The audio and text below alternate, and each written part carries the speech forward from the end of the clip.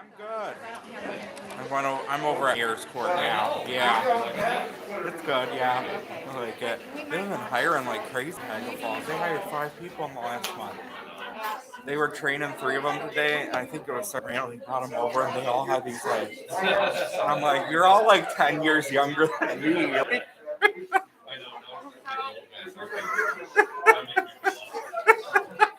You guys have some few young ones too.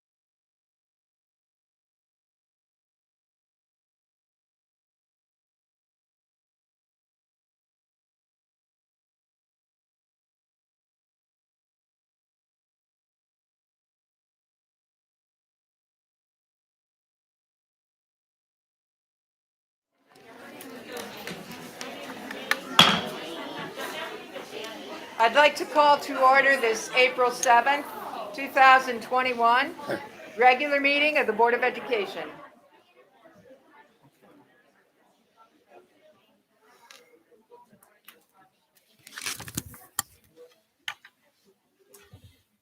Please call the roll. Mr. Gomez? Here. Dr. Hall? Here. Ms. Moffitt? Here. Ms. Schofield? Here. Ms. White? Here. Item B, agenda, motion to approve the agenda. It's recommended that our Board of Education approve the agenda of the April 7th, 2021 regular Board of Education meeting. Action by the Board of Education and adoption of a consent agenda means that all items are adopted by one singular motion unless a member of the Board of Education, treasurer, or superintendent requests that any such item be removed from the consent agenda and voted upon separately. So moved. Second. It's been moved and seconded. Any discussion? Yeah, I move to amend to include the following before presentation number 4. It is recommended that the Board of Education suspend policies BDD, H, and KD numbers 1 through 11 for duly appointed members of the planning team for the duration of presentation number 4.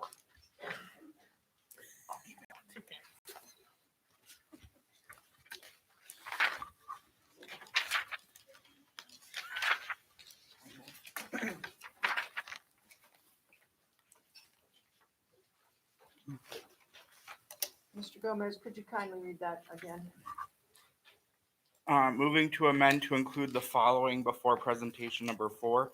It is recommended that the Board of Education suspend policies BDDH and KD numbers 1 through 11 for duly appointed members of the planning team for the duration of presentation number 4.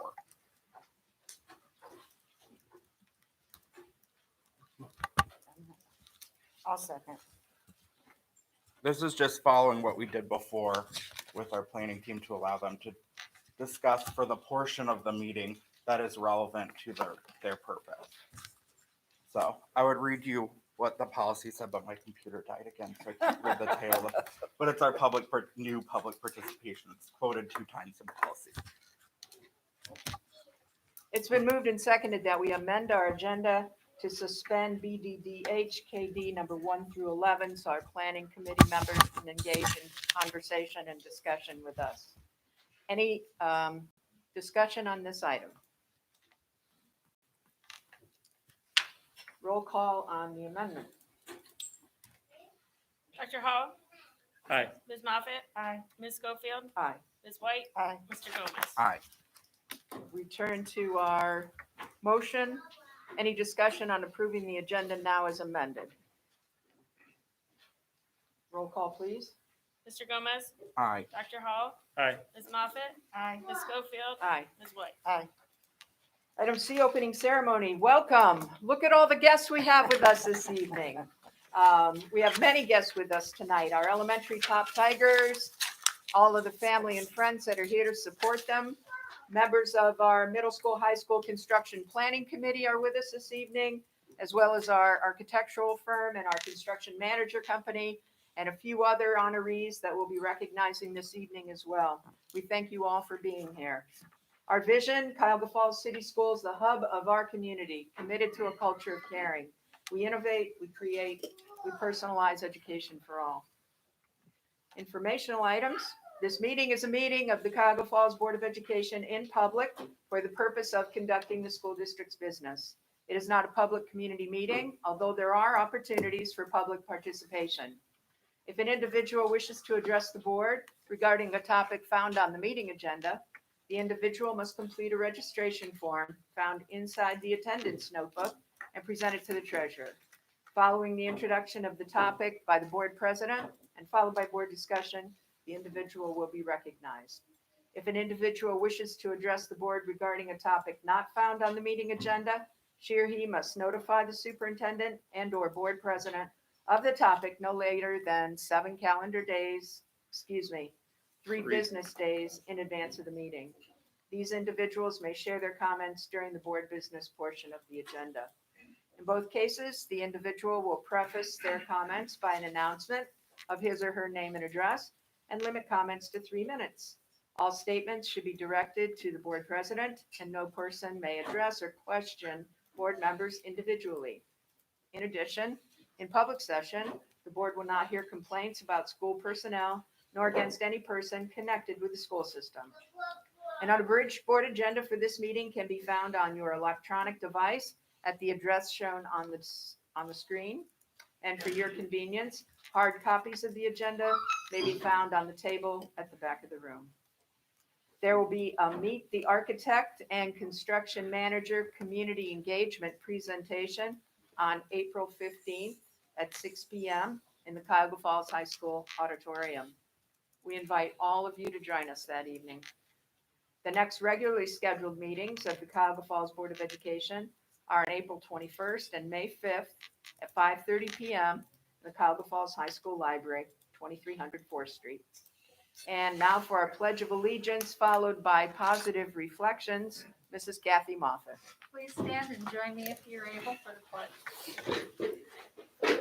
I pledge allegiance to the flag of the United States of America and to the republic for which it stands, one nation, under God, indivisible, with liberty and justice for all. Folks, it was wonderful to hear the young voices. And I'm sure those include the parents too, but some of our young folks did a wonderful job. My positive reflection tonight is really based on the dream that is coming true for our school system. We've been working long and hard to make our new Bullitt campus a reality. So I found a quote from Jesse Owens that says, "We all have dreams, but in order to make dreams come into reality, it takes an awful lot of determination, dedication, self-discipline, and effort." So I'd like to thank everyone who went through this process with us to make our dream a reality. Thank you, Mrs. Moffett. Item D, presentations. Dr. Nichols. Thank you, President Schofield, members of the Board of Education. Welcome, audience. The first presentation, I'd like to invite our Director of Human Resources to the podium, Ms. Ellen McClure, for our Staff Star Award. Ellen?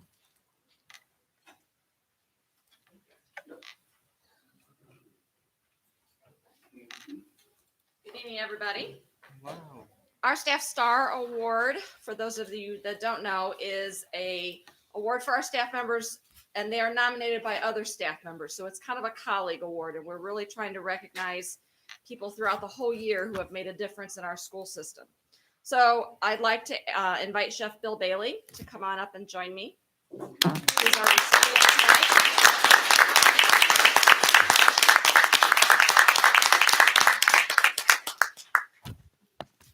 So Chef Bill was nominated anonymously.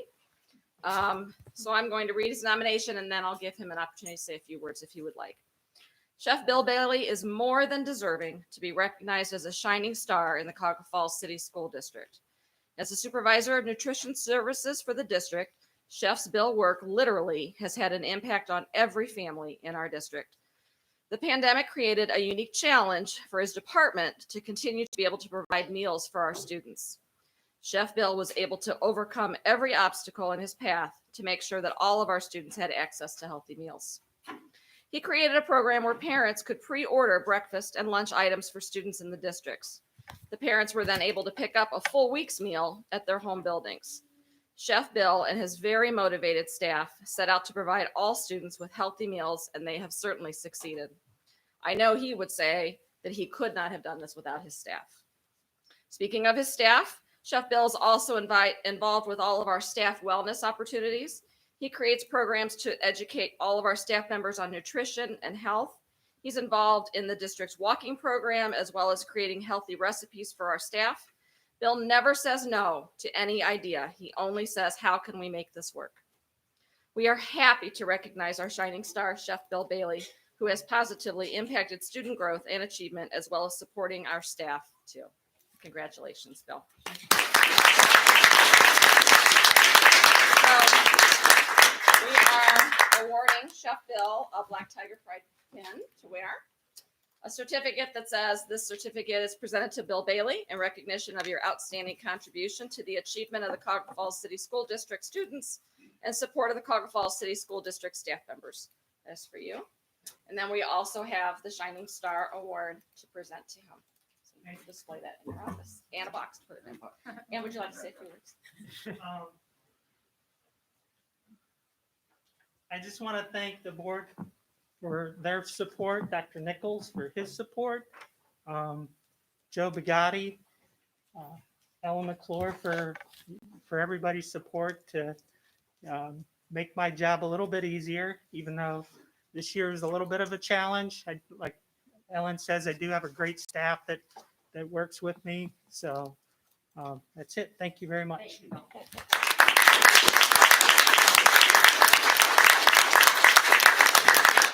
While Bill's returning to his seat, I just want to put it into context for all of you that may not be familiar with food service in public education.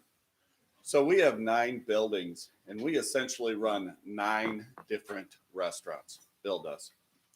And in school districts, they are often not profitable opportunities. In fact, they draw on the general fund, suck money out of the general fund that typically go to programming and those kinds of things, or could go to programming, that kind of thing.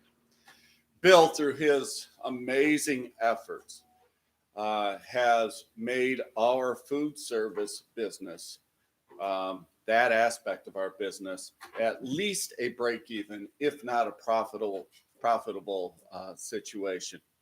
Of course, until pandemic hit, and pandemic it hurt in terms of food service.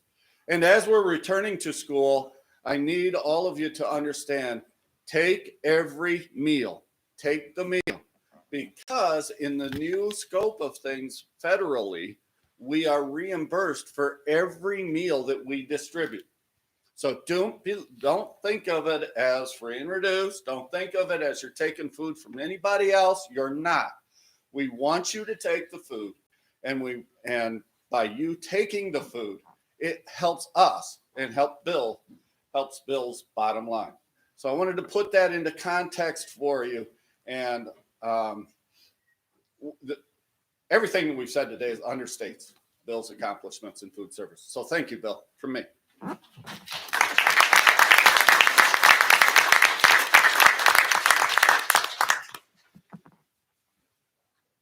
Tonight's a great night. I mean, it's Top Tigers, and we love to recognize our students and for their accomplishments. But you might want to stay until presentation number 4 that we just alluded to, because this is an opportunity for you to hear about the 612 construction project and where we are. There's really 3 phases of that project. One's a finance phase, one's a design phase, and one's a construction phase. We're really pretty much coming to the end of the finance phase. In other words, getting a credit rating, setting interest rates, and selling the bonds. That's going to be done by the end of next month. So we're hot and heavy into the design phase. And I won't steal their presentation from them, but I really want you all to come to our community engagement event if you can. So you will get an all call this evening from me at 6:30, my typical time, right? And it will close with the same, as always. Oh, you can say it better than that. But nonetheless, I will be inviting you. There is going to be a ticketing process that I allude to, because we're going to have it in the auditorium, and with more than 1,600 seat capacity and following the social distancing guidelines, we can only put 25% in there, so 400. But we will be live streaming and recording the event, so everybody will have the opportunity, okay? So I want you to be able to attend that event either in person or virtually. And that all call will be coming out tonight. Sorry for the long-winded announcements, guys, but the other group that we have is a group of our teachers that are going to talk about their literacy conference that they went to, and they're super excited about that presentation as well. So without further ado, Top Tigers. Top Tigers is a board award. 2 students each month are awarded. And tonight we have our K-5 students from each of our 6 elementary schools. And the board award is sponsored by our Cuyahoga Falls City Schools Foundation and Alumni Association. Here representing the Foundation Alumni Association, our own Gary Metcalf.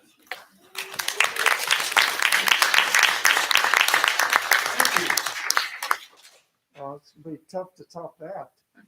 I get excited. That's excitement. I'm also excited about seeing what's going to happen next week. I'm going to make sure I have my calendar cleared for that. First, congratulations to all the top Tigers for all your hard work. Some of the things our foundation does: we sponsor the top Tigers. We assist with the new entrance to Clifford Stadium, Tiger Trail, in which there are bricks, and you can still purchase the bricks. And they will be moving up to our new stadium up there at the bowling complex. We help with class reunions. We sponsor all class reunions. We honor distinguished alumni. We have teacher grants. And Chef Bill is going to receive one of our grants this year. He applied for it. Congratulations. We provide scholarships for graduating seniors. Last year we had 75 scholarships worth over $180,000. And we do have sponsors. We'd like to thank Donato's Pizza, Dietz's Florist for these beautiful carnations you'll receive tonight, and Young Screen Printing for the bags that you'll be getting. Thank you very much. Thank you, Gary.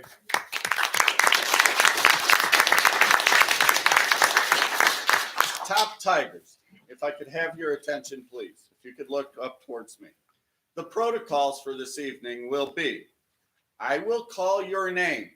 When I call your name, please come up to see me at the podium. Stand right here. Miss McClure has a bag full of goodies for you and a carnation. Okay? I will read your nomination form. This nomination form is included in your bag of goodies. Are we clear? Yes. Thank you so much. Our first top Tiger, a kindergarten student from DeWitt Elementary School, Kyla Starcher.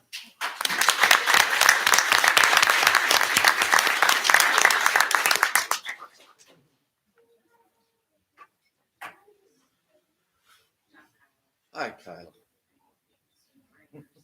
Now face the crowd. There you go. Perfect. Excellent. It's hard going first.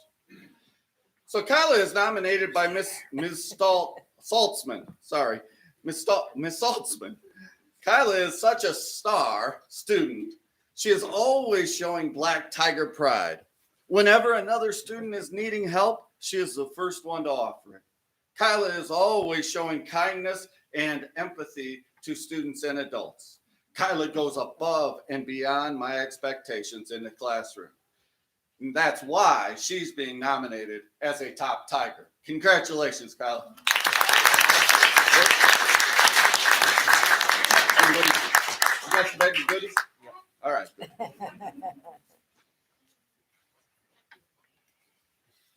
Our next top Tiger, also a kindergarten student at DeWitt Elementary, Jude Weirs.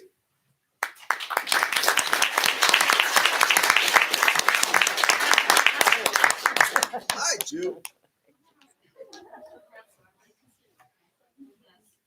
Jude is being nominated by Ms. Wagner, and this is what Ms. Wagner has to say. Jude shows respect and kindness to his peers and teachers at all times. He is always on task and cooperative. Jude seems to truly enjoy school and learning and is always eager to participate. And that's why Jude is being nominated as a top Tiger. Great job.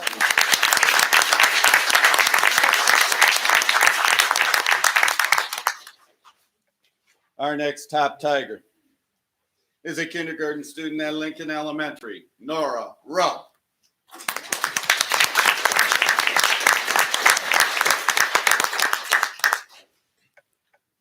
Hi, Nora. Nora was nominated by Ms. Turlum, and this is what she has to say. Nora is a student that works hard to bring sunshine into everyone's day. She is a strong leader in our classroom and works hard to help her friends. She is constantly complimenting those around her just to brighten their day a little bit. She does the same thing with the Lincoln staff. She always has a smile and a wave in a hallway or a little picture she colored for her teachers. Outside of school, Nora is an active girl in Girl Scouts and in ballet. She loves to share her accomplishments from these activities with the class, as well as stories from her adventures with her family. I'm so proud of Nora for her positive attitude and caring towards others, and that's why Nora is nominated as our top Tiger.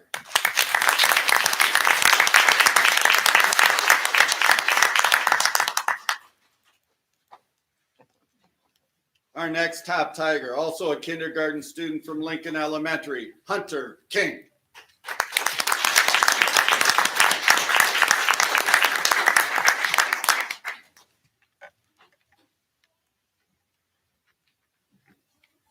Hi, Hunter. Hunter is being nominated by Mrs. Kerr, and this is what she has to say. I am so thankful to have Hunter in my class this year. He is such a hard worker, and I know that I can count on him to do the right thing. He exemplifies our Black Tiger pride. Hunter has made friends easily and is very thoughtful about how he interacts with other students in our room. Hunter is always happy to join our Zoom class meetings and participate in our discussions. When Hunter is at home, he is a great big brother and loves to spend time with his family. He's looking forward to the spring and summer when he can ride his bike and go swim. I am excited to see how Hunter keeps growing and succeeding. He loves to learn, and that's why Hunter is being nominated as a top Tiger. Good job.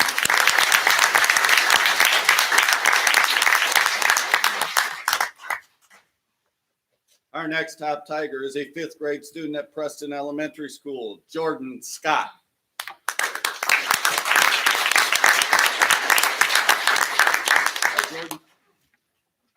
Jordan is nominated by the 5th grade team, Mr. Nelman and Mrs. Davis. And this is what they have to say. Jordan is a positively awesome and wonderful student. She shows kindness to everyone she meets. She has a great attitude and is always willing to help others.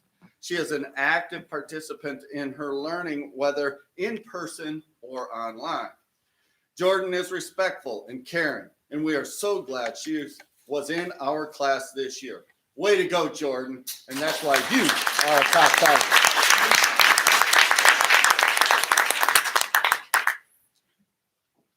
Our next top Tiger is a 5th grade student at Preston Elementary, Johnny Zietz.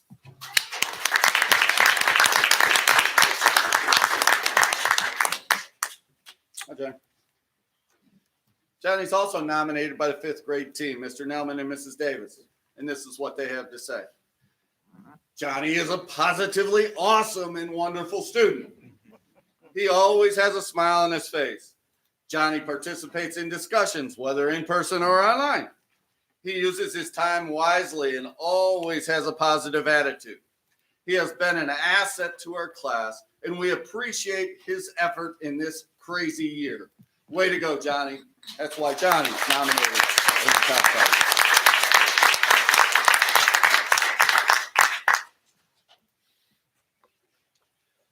Our next top Tiger, a kindergarten student at Price Elementary, Violet Connor.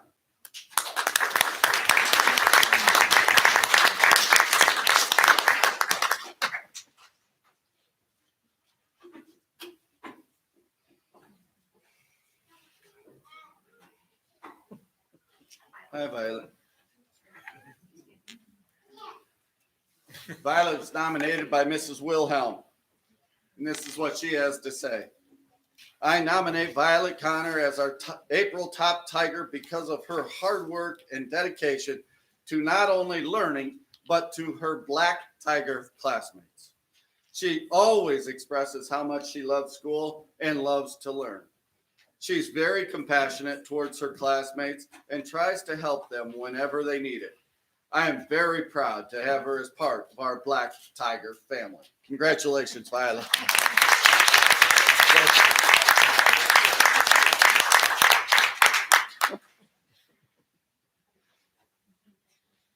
Our next top Tiger is also a kindergarten student at Price Elementary, Ronan Shuck.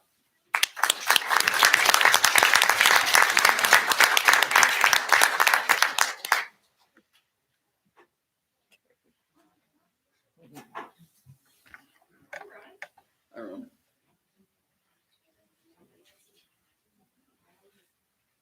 Ronan is nominated by Mrs. Marble, and this is what she has to say.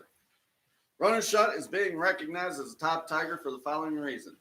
He arrives each day with a positive attitude and enthusiasm to master something new. He consistently goes out of his way to help his teachers and peers. His classmates know they can count on him to help with spelling and writing during our reading lessons.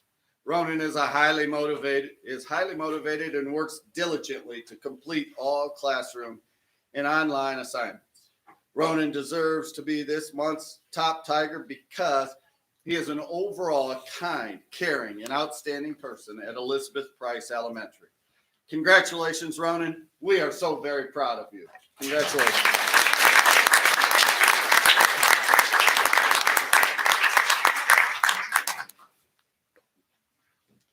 Our next top Tiger is a first grader at Richardson Elementary School, Rebecca Rosenberg.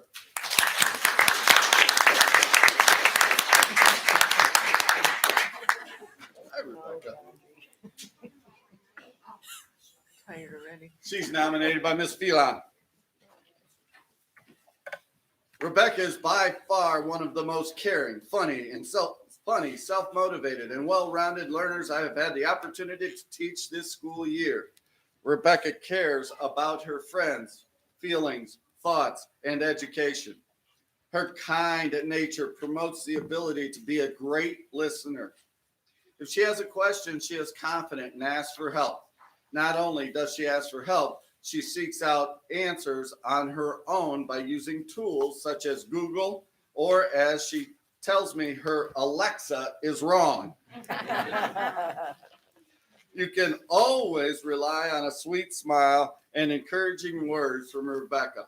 Her motto, as she tells me, quote, I always want to be one step ahead, not one behind, end quote. She means every bit of that statement. Congratulations, Rebecca. You are on your way to do big things. Congratulations, Rebecca.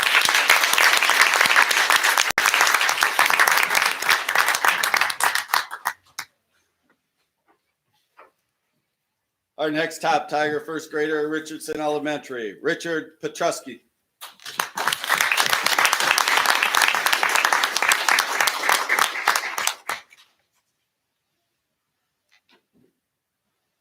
Hi, Richard. Richard is being nominated by Mrs. Collins. Richard is a wonderful student who is kind-hearted. He arrives at school every day with a smile and a positive attitude. Richard has a heart of gold and truly cares about others. Anytime a classmate needs help, he is the one person to offer. I know I can always count on Richard to be polite and respectful. He is a true definition of Black Tiger pride. His patience makes him a great partner to peers needing assistance. When he is not at school, Richard is a loving brother to his younger sister and brother.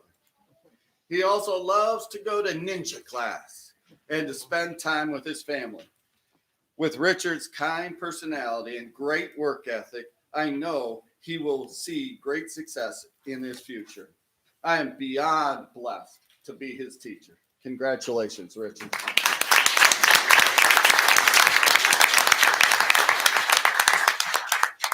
Our last top Tiger this evening is a kindergartner from Silver Lake Elementary, Claire Chandler.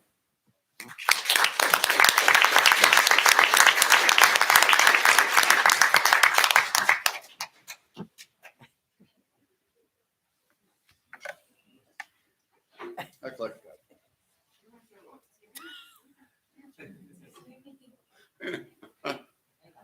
Claire is nominated by Mrs. Watson. Claire is a wonderful student.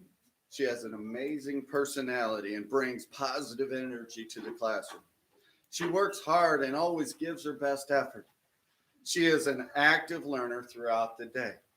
She participates often and expresses her ideas clearly. She makes friends quickly and shows compassion for her peers and others. She follows the classroom rules and is respectful to her teachers.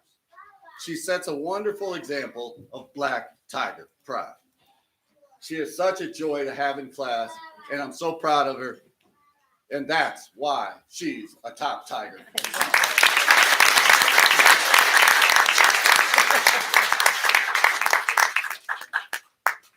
Excellent. What do we have next? Next is Lucas. Lucas Oil. Thank you. Thank you so much. Well, Lucas Euler, come join me at the podium.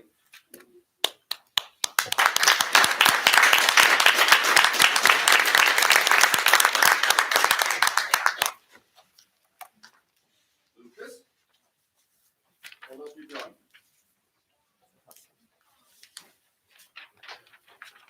I'm going to hold up this drawing. And those guys over there, they might hire you. They will, absolutely, and they're hearing me loud and clear, including you in the design project. Okay, you got me? Okay, that's a promise. That's a promise? That's a promise. So, these are some of the pictures that Lucas put together. Lucas is especially recommended by Ms. Bogdan. And she has this to say. Ms. Bogdan, why don't you come up here and join me? Come on.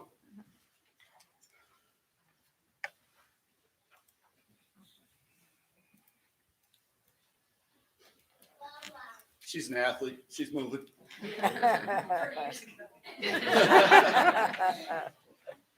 Seriously, Ms. Bogdan was a great athlete. This is what Ms. Bogdan wrote. Cuyahoga Falls High School can be a confusing place to navigate. And we knew it was time to update and create a legible map in order to assist students and visitors in the building. It only made sense to reach out to Mr. Randall Gregory, manufacturing and CAD teacher, CAD standing for computer aided design, to see what he could do to help. He recruited the perfect student in his engineering design 2 class to tackle the project. Lucas Euler, currently a sophomore at the Falls, immediately took the project and ran with it. Luke demonstrated a commitment to the project by spending hours of his own time running ideas by Mr. Gregory, meeting with Ms. Bogdan, and on a weekly basis and discussing the different areas with the staff. He was so dedicated that we allowed him to take a special laptop home with him that could run the program that he was using. Mr. Gregory stated, and I quote, "Luke has shown the ability to successfully navigate unique problems and adapt to the situation put in front of him. Luke took on the added workload, did whatever was asked of him, completed it on time, and all the while with a positive attitude," end quote.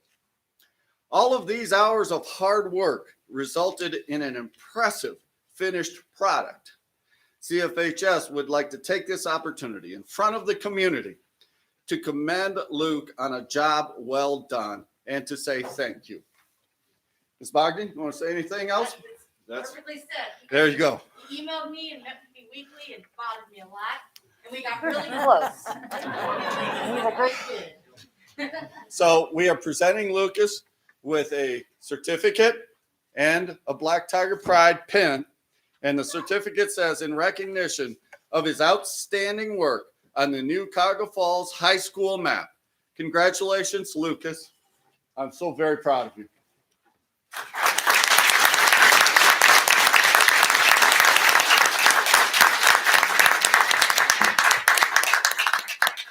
Two, three. Our next presentation then is from our is from TDA and Hammond Construction. You're welcome to attend with us. We'd like you to attend. We also want to recognize our planning team members that have been identified by board members and us, and will be with us through the project. If you're a planning team member, raise your hand. Excellent, excellent. So, folks, TDA and Hammond, come on up. Scott, Abby, Chris, Jeff, and Cheryl.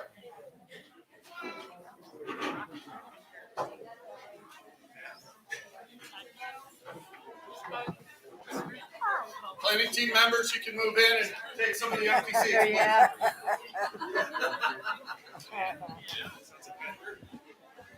Hello. Go ahead. Really not good. My daughter's in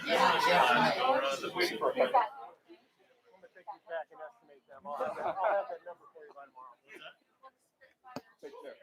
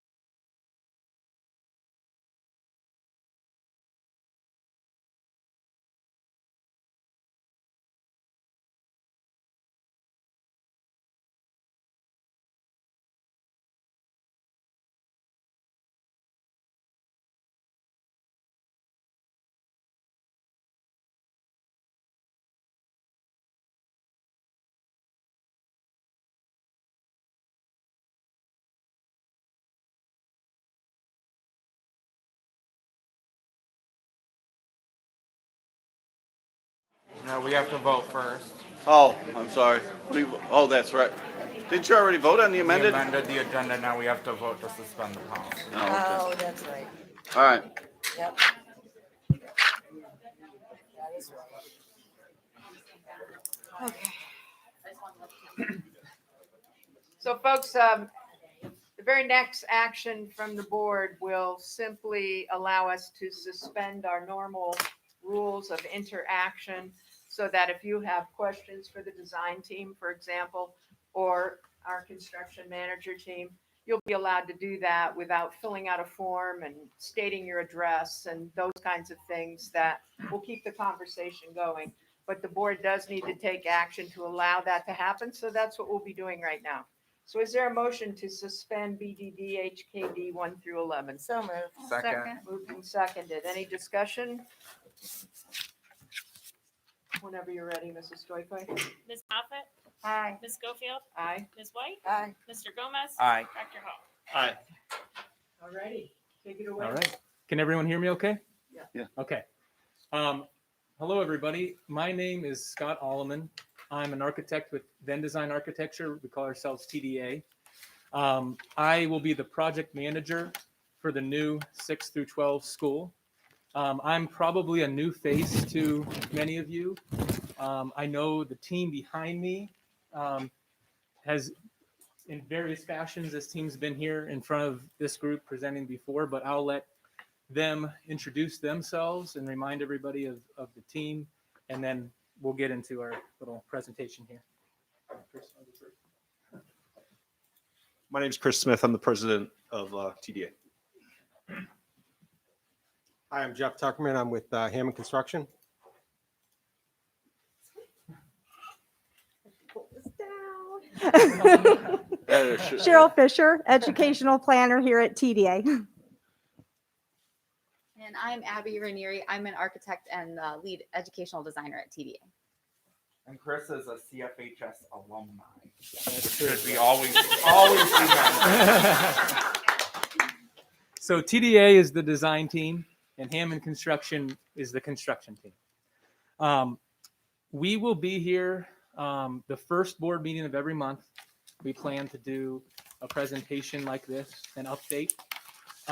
We're, as Doc said, we're into the design phase. So today's update is really going to be mainly focused on engagement in the next, the meetings and next items coming up in the next month or so.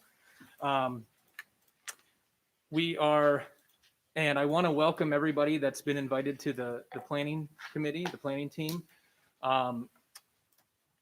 We will continue to engage this group through the process. I'll get into, after I give a little monthly update here, I'll kind of get into where kind of our next steps with the planning committee will be.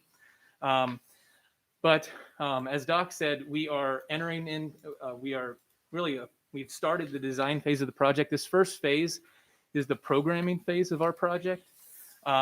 So in this programming phase, we'll be setting the educational goals for our new building. We'll use those educational goals to develop a program. And then that program will turn into, will be wrapped and evolve into the design of our new building. This month is going to be a fairly busy month with engagement, between engaging with the community, our team engaging with the community, and engaging with the staff and the district. Next Thursday, April 15th, is our, in the morning, we'll be spending what we call a day in the schools. We'll go to Bollock first and kind of see how parent drop-off goes, and then we'll go inside and kind of be a fly on the wall and just see how the how the building functions during the day. Then we'll move to Roberts, and then we'll come to the high school. And again, our goal for that is just to observe how the schools currently function. And we actually end up getting quite a bit out of those days. So we're excited for that. And that will happen next week in the morning. And then next week in the evening, as Dr. Nichols said, and the community meeting, we'll have our first community meeting. That will be, we're calling it Meet the Architects and Construction Team. So we'll introduce ourselves, introduce our firms, and then we'll introduce the project scope, project timeline, project schedule, and then we will turn it over for a Q&A session. So we'll take as much time as we need to answer any questions that the community has. April 19th through the 23rd, the next week then, is our first round of staff engagement. So we'll be in the district every day, starting at about, I think, 11 a.m. through the rest of the day, engaging with each department from K through 6. I'm sorry, 6 through 12, excuse me, for the new 6 through 12 building. And then the next week on April 29th, we'll have our educational visioning session, which will be a day of engagement exercises. And then that will be Thursday, April 29th. So that gets us through the end of April as far as kind of our upcoming schedule and engagement exercises. The first week of May, we'll be sending out some student surveys. We'll be back here again to update the board. And then we will have our official organizational kickoff meeting with the state, who is co-funding the project. As far as, and then we'll, again, the first meeting of every month, we'll continue these touch points. And then on the week of June 14th is the first week that we have slated that we will schedule a planning committee work session. So, and I think at this point, we don't necessarily have the agenda created for that, but we do have that week slated for that. And that's where we'll invite, it might be in this space, it might be somewhere else, but we'll invite this team, give them an exercise to do and walk through and have a productive discussion about the new building and elements that go into the new design and the new design project. And then our plan would be to meet at least on a bi-monthly basis with this team following that. So again, the week of June 14th is the first work session that we'll have with this group. That's my update as far as where we're at right now in the design process and what we're looking at in the next month or so with engagement. I can open it up for any questions the board or the planning committee have for us. For the April 29th educational visioning, should the people that are on the planning team presume that they're invited? Can you provide more details just for those that are here? So Yeah, we can understand it'll be a full day. Many of you were get involved with our visioning session during pre-bond. And so for those of you that were involved in the visioning session pre-bond, it's similar in terms of the timeline associated with the day. The topics are a bit different and go into more depth and so on and so forth. We are limited to a capacity of 90. Right now, the planning team itself has about 46, 47 members on it. We will be inviting students as well, additional parents and business folks to round out the capacity. It will be held at the ESC, which is right next to the softball diamond, and it'll be in their large room. And those of you that remember it as Bodie Elementary, it's where their gymnasium was. So that's a little bit of the detail that'll be associated therewith. For the students, we will be providing transportation. We'll also be feeding you and so on and so forth during that day, because it will be an 8 to 3:30 day. Right.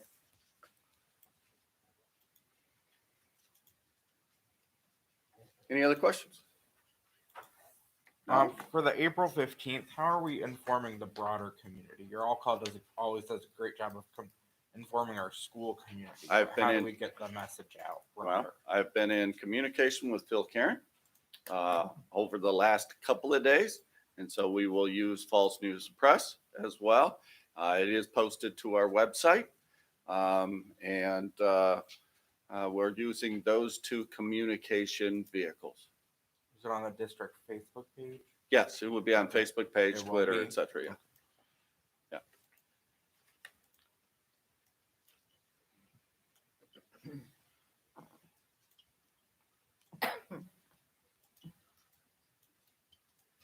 So planning committee members, thank you, first of all, for joining us this evening. We appreciate your time and interest in serving in this capacity. These updates, as Mr. Allman explained, will be monthly, and you're welcome to attend. They'll be brief. They'll be able to keep you up to speed on what's transpired over the course of the previous month. And then you'll know what things have happened and what things are yet to happen. The timeline will be shared in writing with you, so you can see each of the steps in the process as well. But please feel free at this point in time at each of our monthly meetings to ask any questions that you might have of the team. They're here, they want to hear your thinking along the way. And so if you do have some questions, please feel free to ask.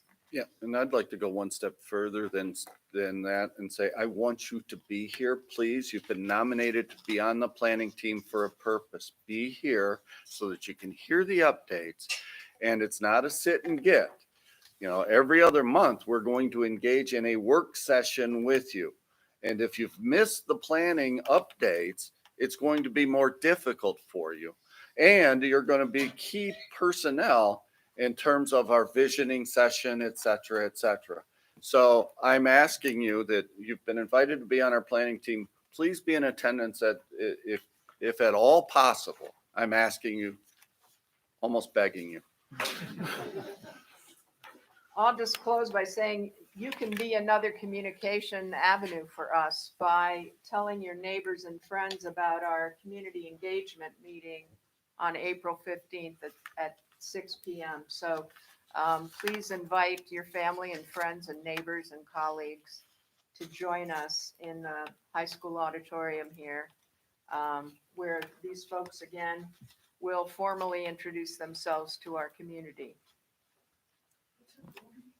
Huh? That's where the ESC, Summit ESC, that will be where the visioning session is taking place, April 29th. And you all will receive invitations for that as well. We have a meeting tomorrow with this group where we are putting the final touches to a lengthy timeline that I've put together. It's a comprehensive timeline. It includes financing. It includes the design phase, both the schematic design and design development. And then after that, it'll flesh out even further with construction pieces. And once we have that, my hope is once we have that narrowed down tomorrow or finalized tomorrow, that early next week, I can post it to the website so everybody can have access to it. That's my hope. Yes, sir. Everything I read right now indicates there's a strong likelihood of supply lines drying up. Of what? Supply lines. And how do you guys, I mean, you obviously are concerned about that, but usually when that happens, there's a movement in price. It's quite unfortunate because it's no 2%. Mm-hmm. And how do you guys plan to handle that? And also, is our district going to be subject to the entire increase? Or are you allowed to pass on the increase in a situation like this? Yeah, so there are some supply line, storms in Texas and all sorts of things that are affecting construction right now. The good news is that we officially started on this project Monday. So we've got 14 months in design before we ever get into construction.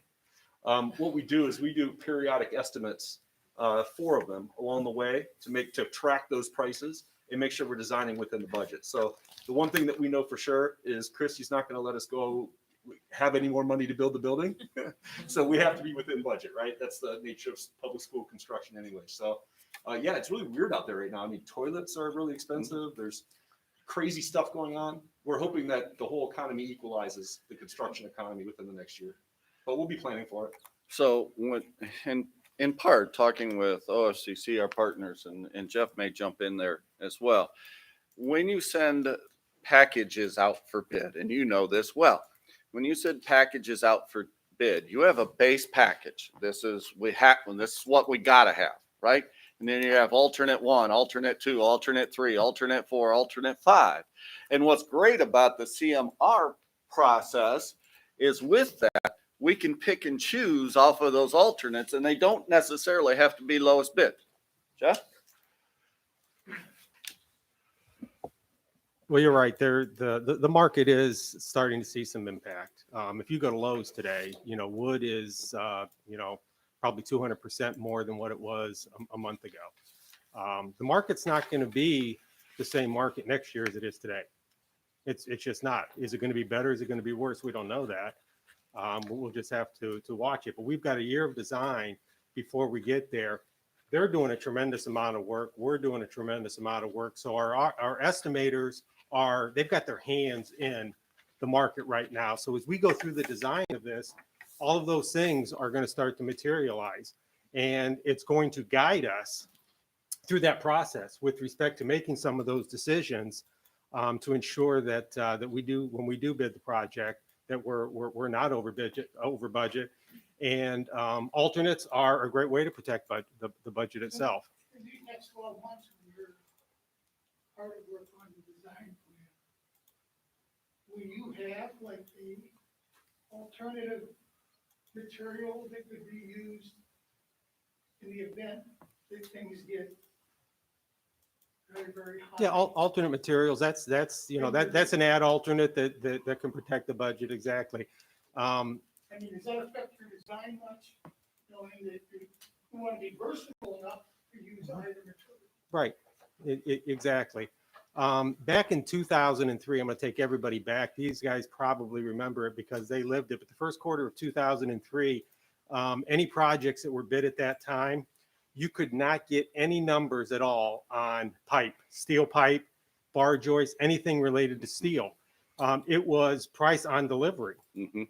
And it was because at that time, the Olympics that were coming up, the Chinese were buying up all the scrap across the globe in order to build out their Olympic community. And if you look at the bird's nest, that's where a lot of the steel went.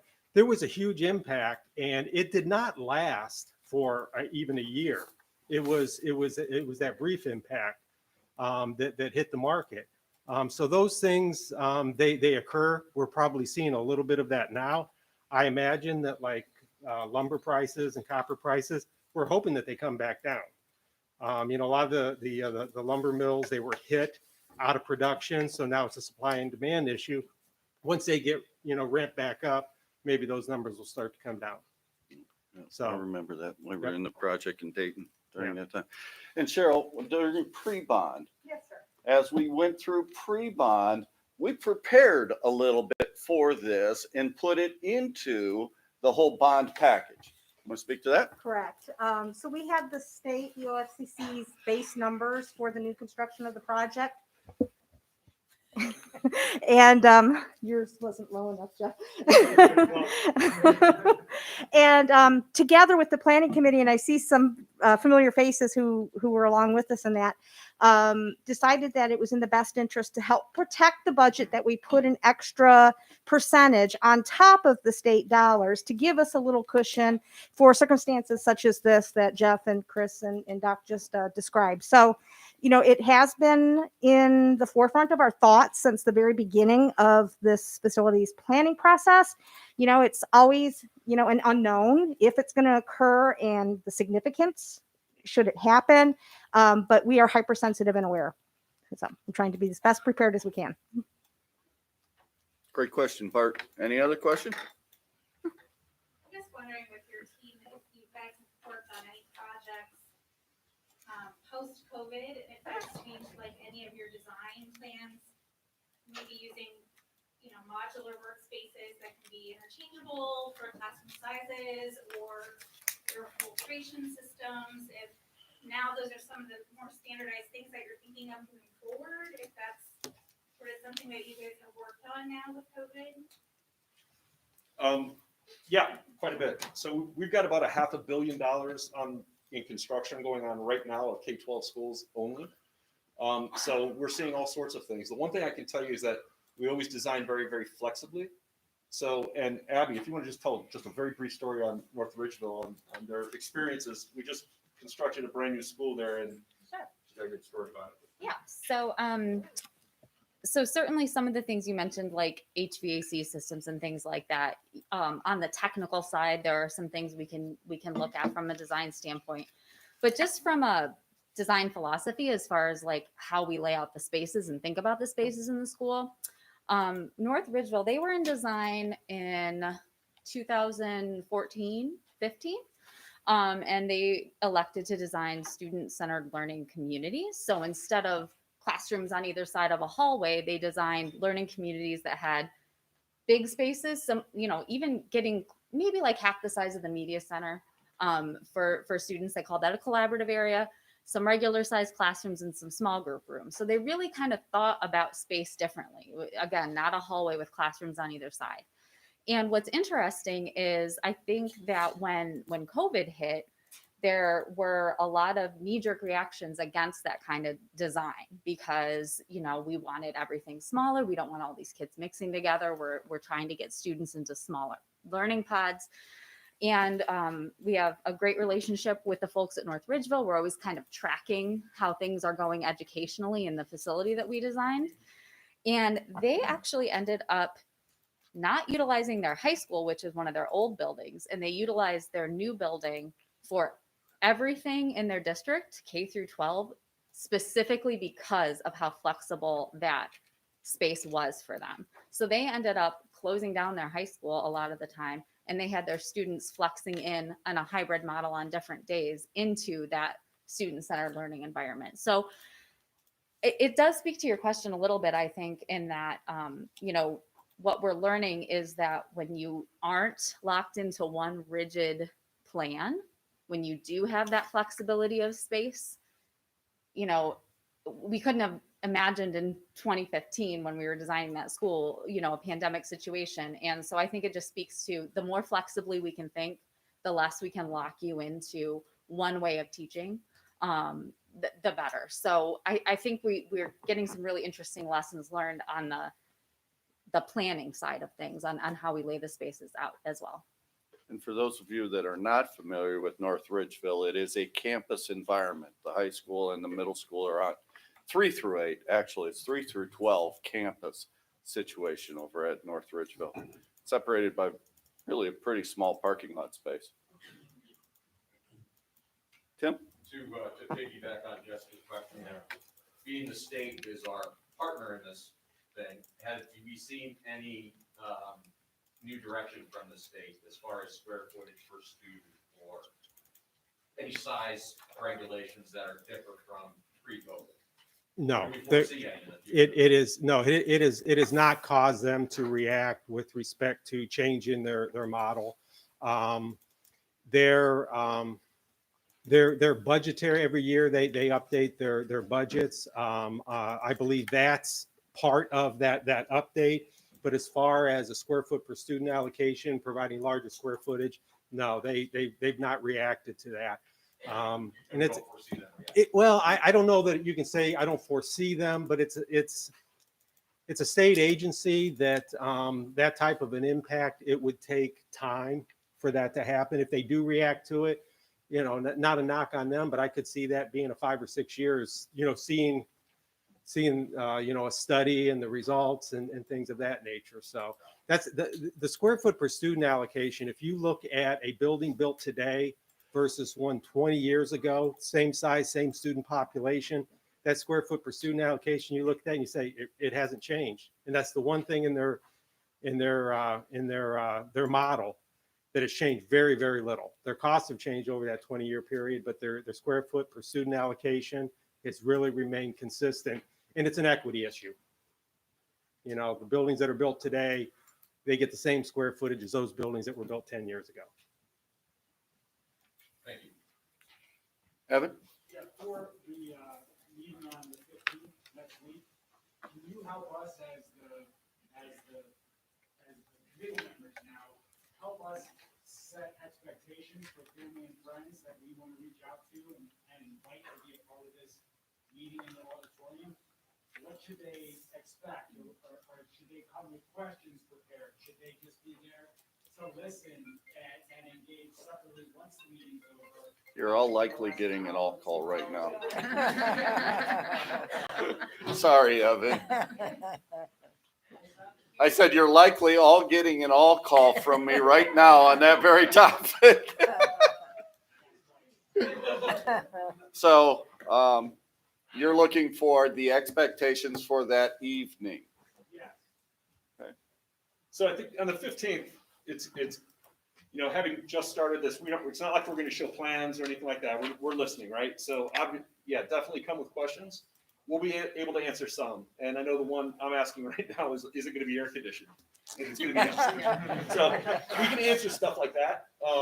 But in most cases, it's going to be setting it like the schedule, when you can expect to see like shovels in the ground, when you can expect it to move into the building, that kind of stuff. We'll be able to go through expectations like that. And then when to engage, like when is our intense, because we're going to be designing, but all of our design time isn't like thinking of stuff. We got to produce stuff and actually come up with the biddable documents and stuff. So the intense times will be now till the end of school, summer, and then fall. And one more just to clarify on that design timeline. I think you had mentioned specifically, it really looks like a 14-month design period. And that clock started Monday. Mm-hmm. So we are looking at 14 months of design and then shovels and dirt. Yeah, and it may not be linear. So there's some opportunities that we might be able to do an early site package and get done and actually be able to dig some dirt early and stuff like that. So Those construction managers, they're always looking for those early site packages. They're just pesky. So, you know, one of the first things that'll probably take place is a bait and demo of Newberry. And so that'll be probably the first thing that you see, and that might be an early package that they're talking about.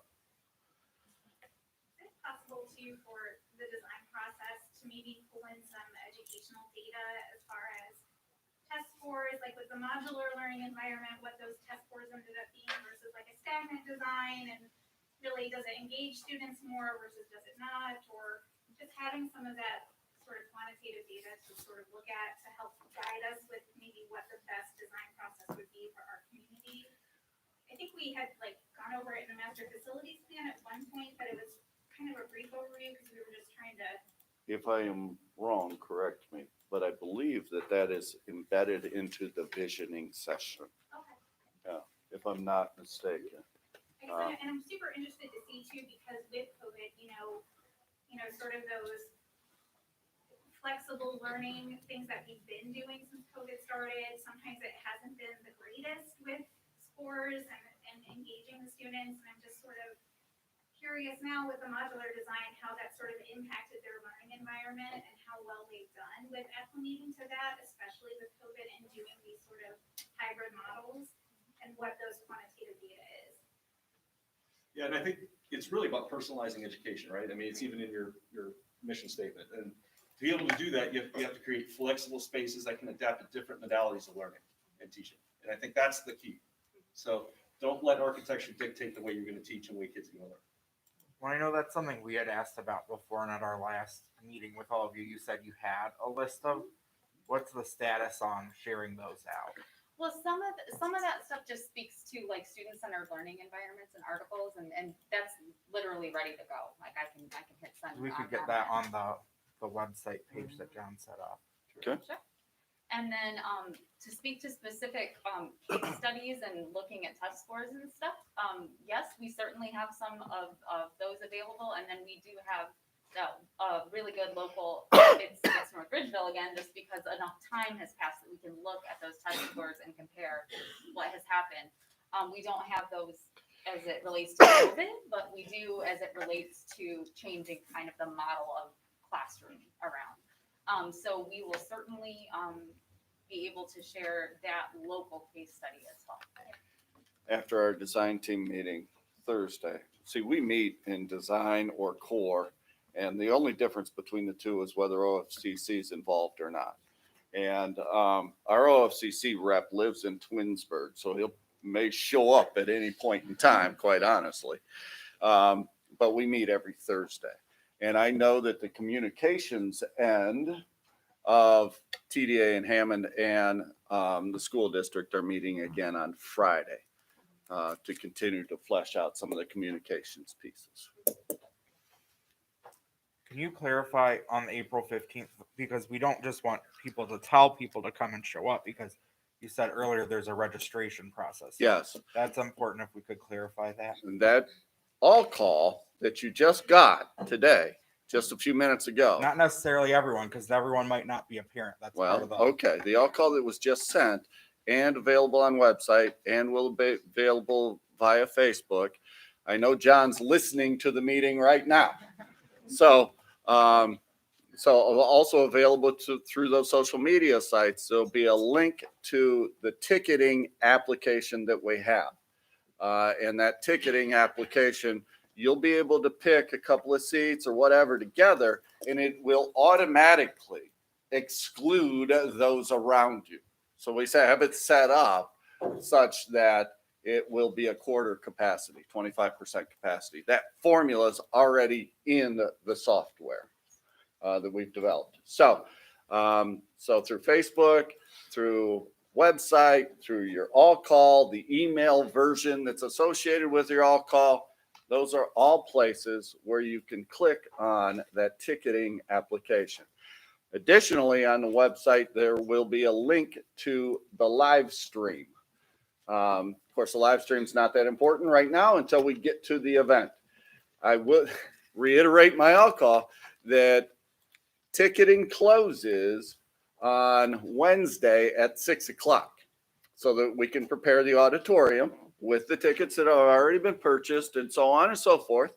We will have student ushers there to show people to their seats. We have the ability, if you forget your tickets, we have the ability to pull up your name and take you to your seat. Those kinds of things. It's just like getting on an airplane kind of thing. And so all of those pieces, those two links will be everywhere. Could we maybe forward that to this group, because I know there are several people that wouldn't be on an all call list, so make sure that planning team people get those communications. And then could we also work on a calendar of what we're really asking them to show up for, so that we can be clear? Because I know it's first meeting except for October, and then the 15th, and there's a few other things that we want to invite these people to make sure that they're aware of. So if we could give them clear expectations of what we're asking, just so that they can get those things put on their schedule. Not a problem. It's easy to do. Any other questions? Outstanding. Thank you so much. Thank you. Thank you. Very excited to start. Thank you.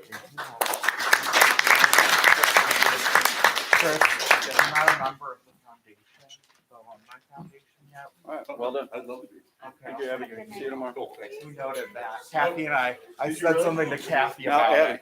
Kathy, he said if I send him the link, he'll join the alumni. I said, Okay. you got it. So we gotta be done at 3:30 tomorrow. Thank you, Chris. How are you? I'm well, and you? It's good to see you. I'm only going for a week. Thank you, Jessica. Good to see you Just a again. down in the back. Thank you. Thank I got you, it from Sarah. I was mostly joking. Big days ahead. I can mow my lawn. I know it. Thank you for coming. Yeah, for sure. Good, how are you? Yeah, this is my first one where it was this hot. Yeah. How's Parker? Is he 6 now? Good to see you. Oh, yeah. Lady wants to play soccer. So we got, she's Yeah, decided on there you it. go. They don't understand that it She's doesn't 2 really weeks in. We'll see how amplify. it goes. I was gonna say, we Tell gotta them give that them they that need to do heads an up. athletic thing. It's just- we'll see. Or How yeah, it one shakes of out. these. Tell them I said, hey, yeah, likewise. It's right there. Where are you gonna go? Unity, 91. That way. I would have gone to Crystal Point, but you told me it was gone. Yeah, I know. So, Yeah.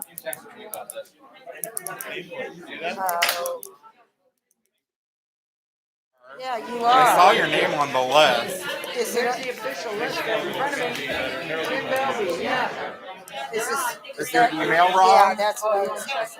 It says tbelby@yahoo. Hey, Dr. yeah, Nichols, Belby. Yep. can you make sure Tim's email on?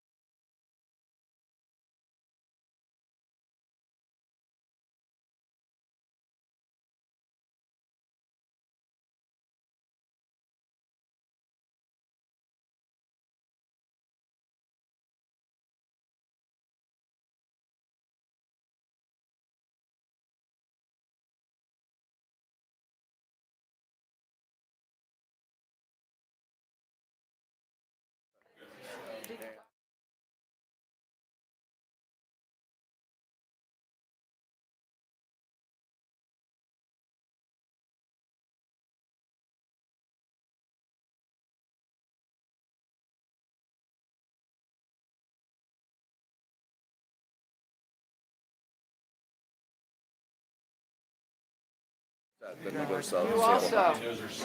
There was someone here for Top Tigers that looked just like.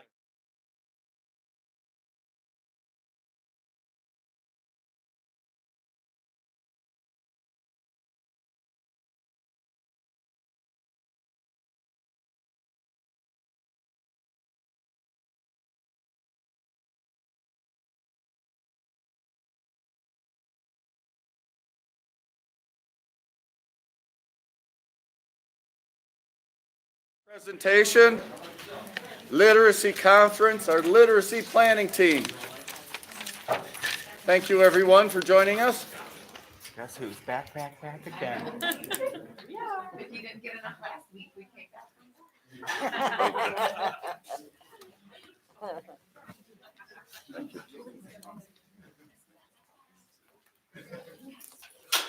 It's like you're a group of teachers or something.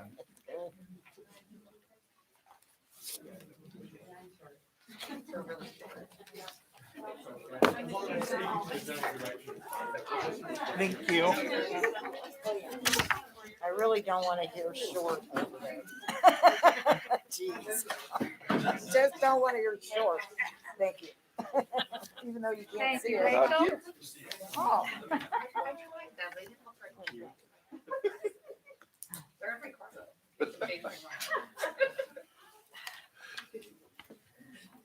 I got measured. Quite 4'11", but I didn't shrink at least. I've been not warm for so long. I'm welcoming you. I was gonna say you're the one that likes this one. I love it hot. Bring on the heat. You what?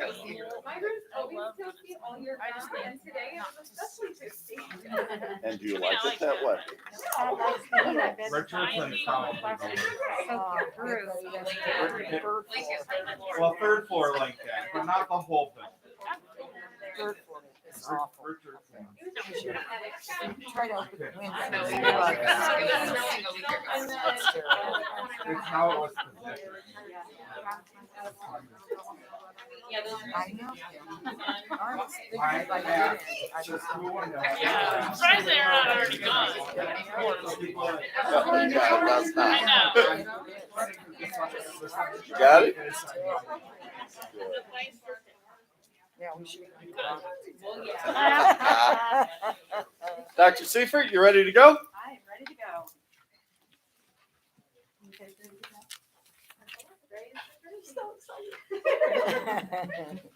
Well, thank you for having us tonight. We appreciate being welcomed here. We are very excited to present some information from a literacy conference that we attended.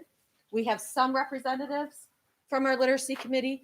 Obviously, we have a lot more members of our committee, but these lovely ladies all volunteered to be here. Except for maybe one or two that was persuaded by someone. We do. We do. So to tell you a little bit about the conference before I introduce them, this is a conference that was held virtually, which was extra special because it gave everybody more opportunities to attend more sessions. So when you go to a conference like this, it might be over 2 or 3 days, and the sessions are scheduled out. And so you can choose those different sessions that you want to attend. But sometimes you miss a session because you're double booked. This, we had a month and a half to be able to log on and watch webinars. So with our entire literacy committee, we probably watched about 60 different sessions total. Now that means there was some repetition. There's definitely some overlap, which actually we found very helpful that there was overlap. But that's a really special thing to be able to have all of that information that you can share back and forth. So everybody was allowed to choose whatever sessions they wanted. We tried to have a nice scope and span of the different sessions that were attended. That was a natural fit, so we didn't really have to worry about that a whole lot. After they attended the sessions, they filled out a reflection sheet. So they went online and they put, information onto our spreadsheet so that the entire committee would have access to feedback, reflections, further information that they might want to learn. But the biggest thing was the connections that we made back to our literacy study. So that's one really important thing that we wanted to make sure that we highlighted today.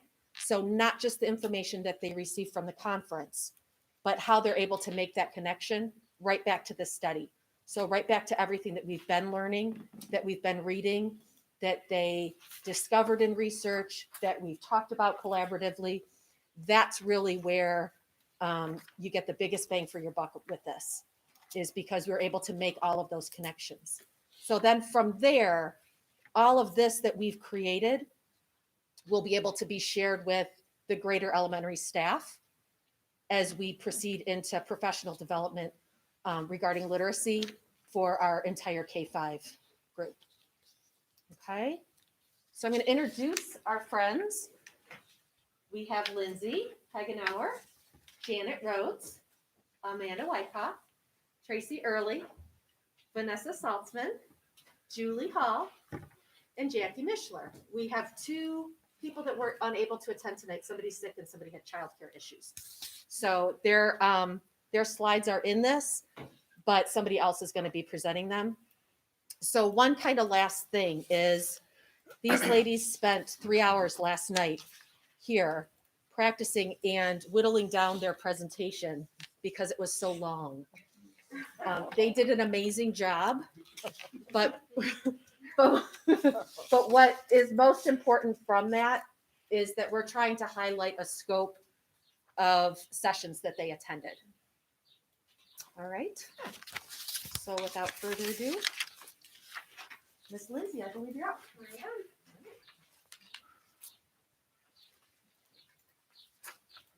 Okay, so the first session and one of the sessions that I attended was Distance Literacy Learning by Douglas Fisher and Nancy Fry.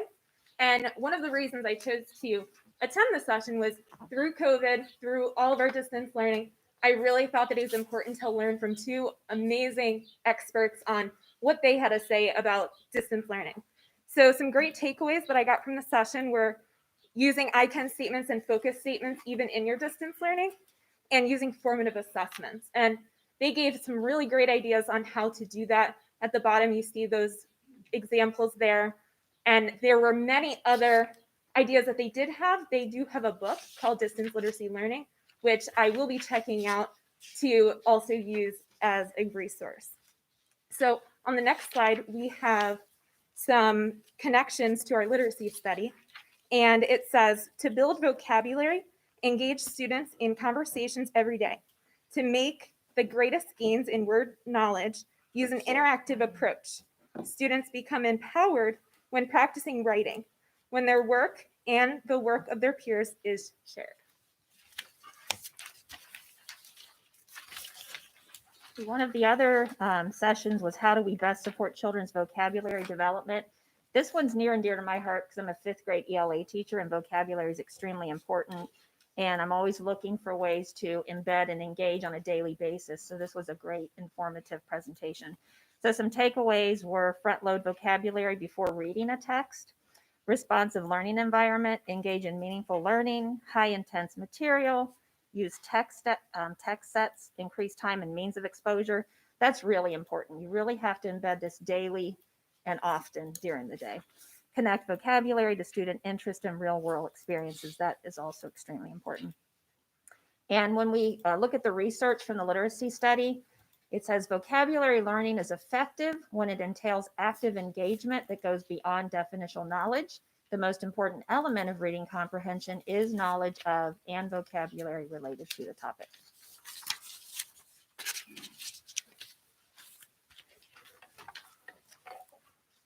So my favorite session from our ILA was called the Research Practice Conversation, Understanding and Bridging the Divide.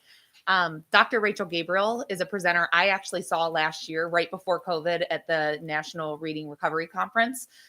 Amazing. She's a doctorate professor at the University of Connecticut, and really her presentation knocked my socks off last year, but seeing her again was just reiterated so many important things about research. And this session tied so nicely to the literacy study because Rachel or Dr. Seifert had us go through as a team and learn about what good research looks like. If you're familiar with the reading wars of many decades ago, they're kind of rearing up a little bit right now. So this was helpful for me because of the importance of understanding what research looks like from a researcher lens and what it actually looks like from the practical lens in the classroom. So these two kind of had a question and answer type of session where they reviewed the various forms of research, controlled studies versus classroom practice. And just that researchers need classroom teachers as much as the teachers need the researchers. And sometimes we have to be able to take that information and see how applicable it really is in the classroom. Because sometimes, you know, in that actual environment, it may come out different than what the research says, and being aware of that. So the importance also that teachers need to collaborate, share their experiences, discuss that research, and reflect on that implementation. And that's something that is really big right now. My next slide that I'll talk about later. But the way that this tied into the actual content from the literacy study is on page 8. It says the committee focused on the instructional implications of research, transforming teachers' classroom practice, and shifting their attention to high quality tier 1 instruction, thus preventing the need for reading intervention.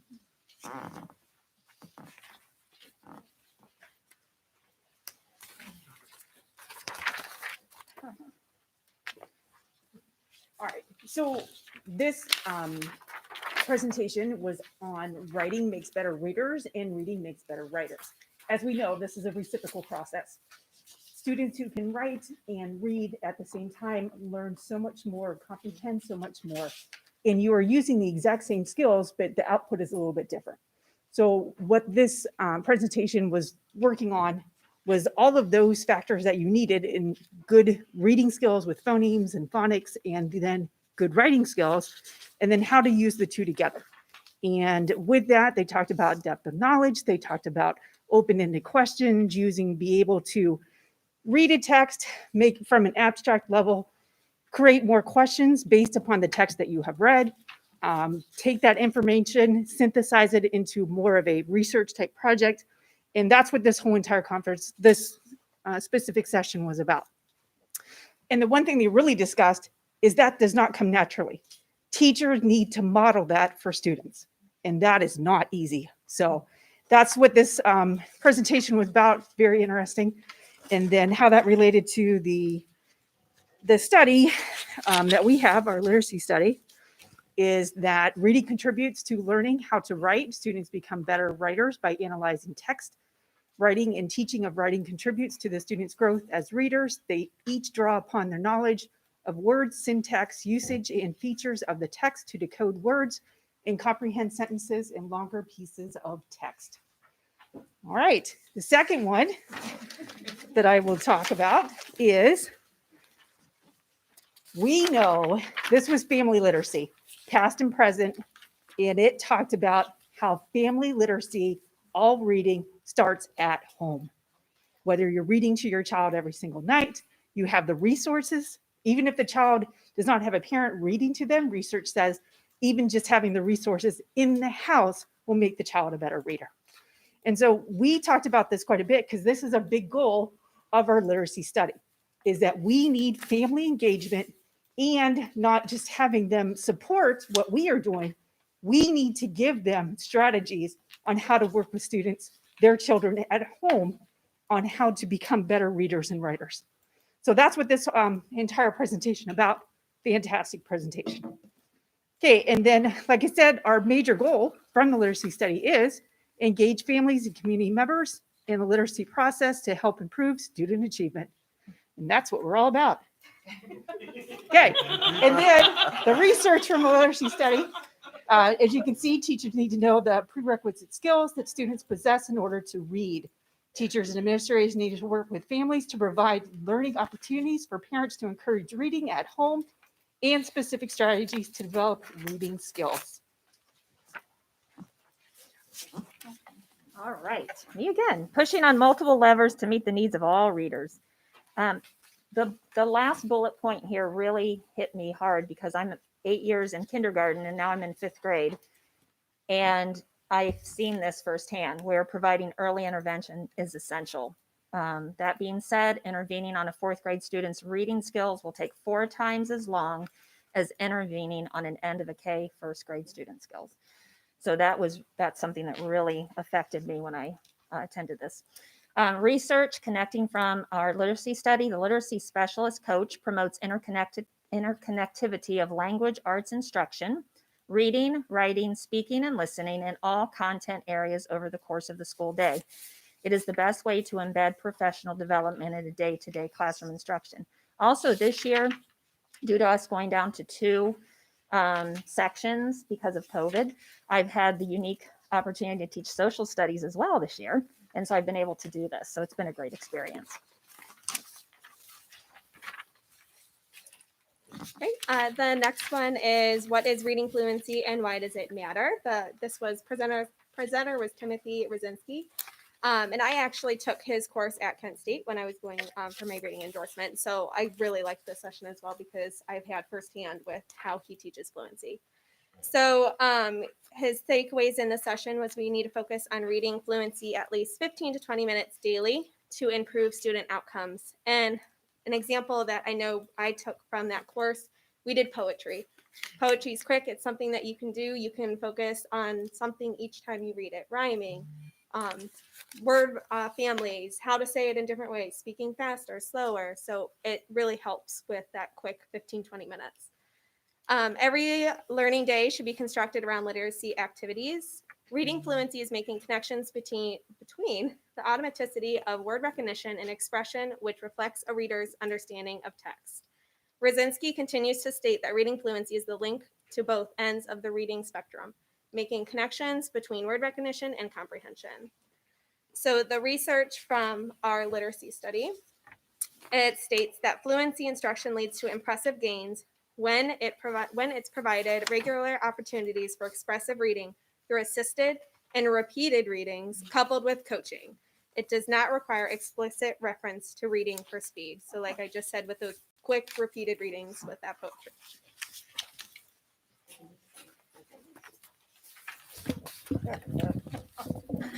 Another session that our literacy committee members had the opportunity to attend was the primary pathway workshop for ages 5 through 8, embracing oral traditions and interdisciplinary and inclusive literature in the early literacy classroom. The presenters were Kia Brown Dudley and Kenneth Kuntz. This one really spoke to me for many reasons. Some of our takeaways were teachers should use music, riddles, rhyme, and artifacts to communicate stories in a variety of exciting ways. I know we don't necessarily teach the memorization of states and capitals anymore, but to this day, I still remember the 50 nifty United States. So, definitely those types of things, when you can put it to music, riddles, and rhyme, it sticks with us. Students need to have opportunities to talk about something of value to them.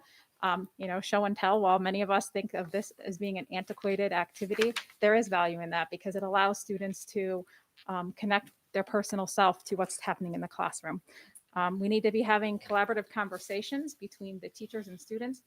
It helps build relationships.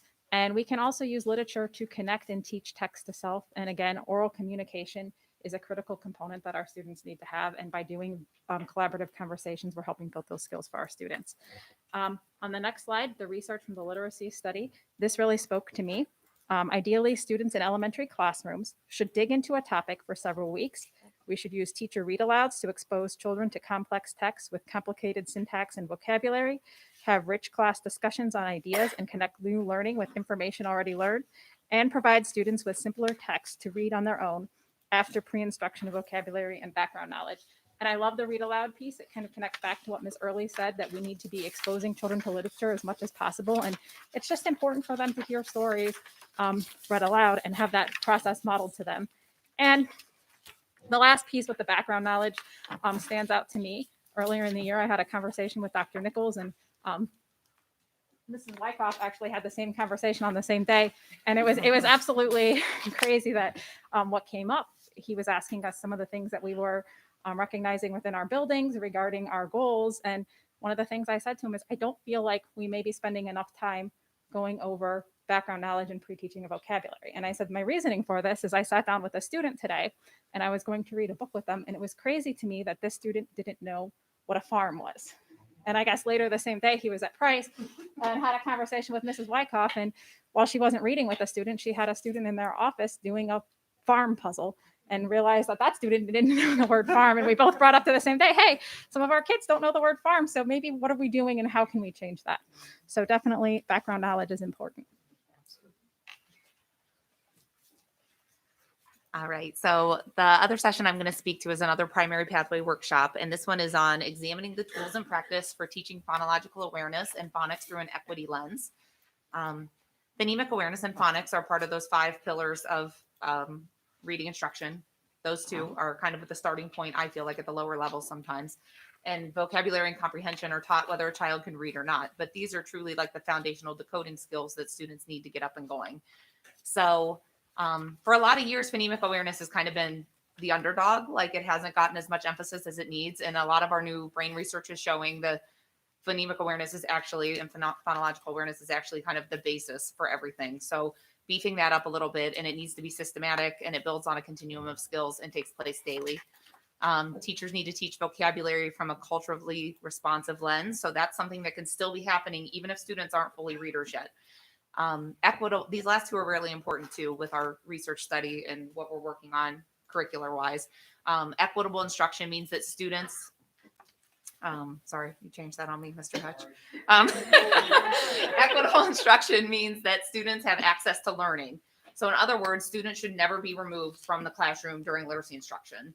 And then secondly, students often struggle with these skills when they are removed from that authentic reading and writing activities that are enjoyable and meaningful based. So like getting away from that practice where students are pulled out of the literacy environment to get additional intervention, it needs to never occur during that window. So this ties into our research study that says along with grounding in phonemic awareness, teachers should master a range of other evidence-based literacy strategies, such as reading aloud, allowing kids to read what matters to them, showing them how to discuss and analyze written text, and creating communities of readers. I'm going to real quick too, though. Like Dr. Siever, what I was saying earlier too with that other presentation, she really had us go through this exercise where we learned about what quality research looks like.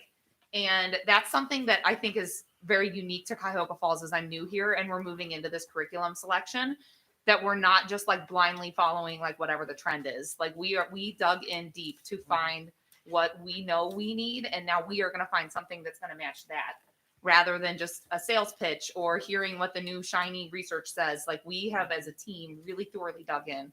And I'm grateful that I came onto that process halfway through, but. Okay, the next one is another primary pathways workshop that is really high. There we go. Okay, so teaching comprehension from the earliest years, all eyes on students. So our biggest takeaways here are the QAR and reciprocal teaching.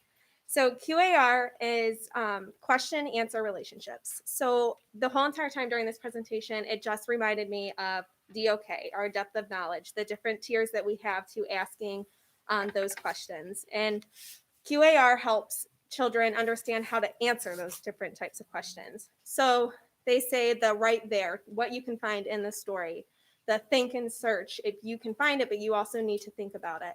And on my own is making those connections, asking those questions to make them make their own connections.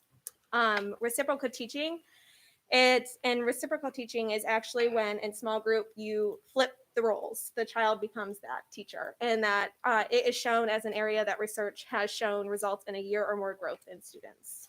So our research from the literacy study, our literacy study defines comprehension as understanding what is read. These strategies support the comprehension process.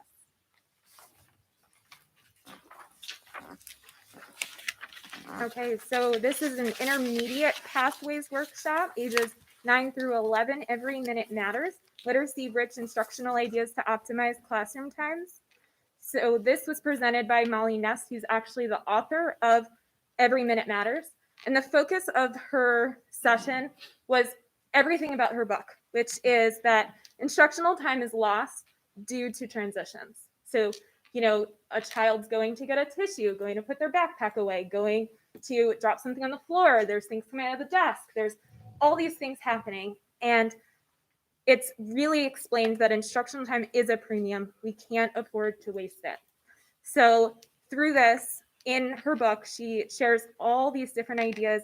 In that last bullet, you see there are multiple ideas there. And in her book, she really goes in detail of what each of those strategies are. And there are many, many more to talk about there.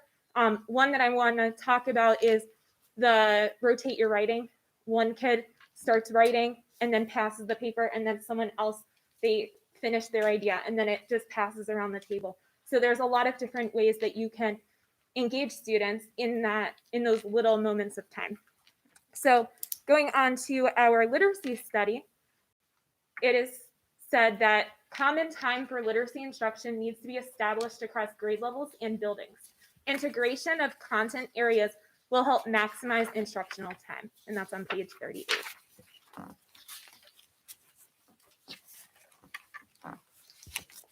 All right, I am going to present the last two conferences that we're going to talk about in our presentation.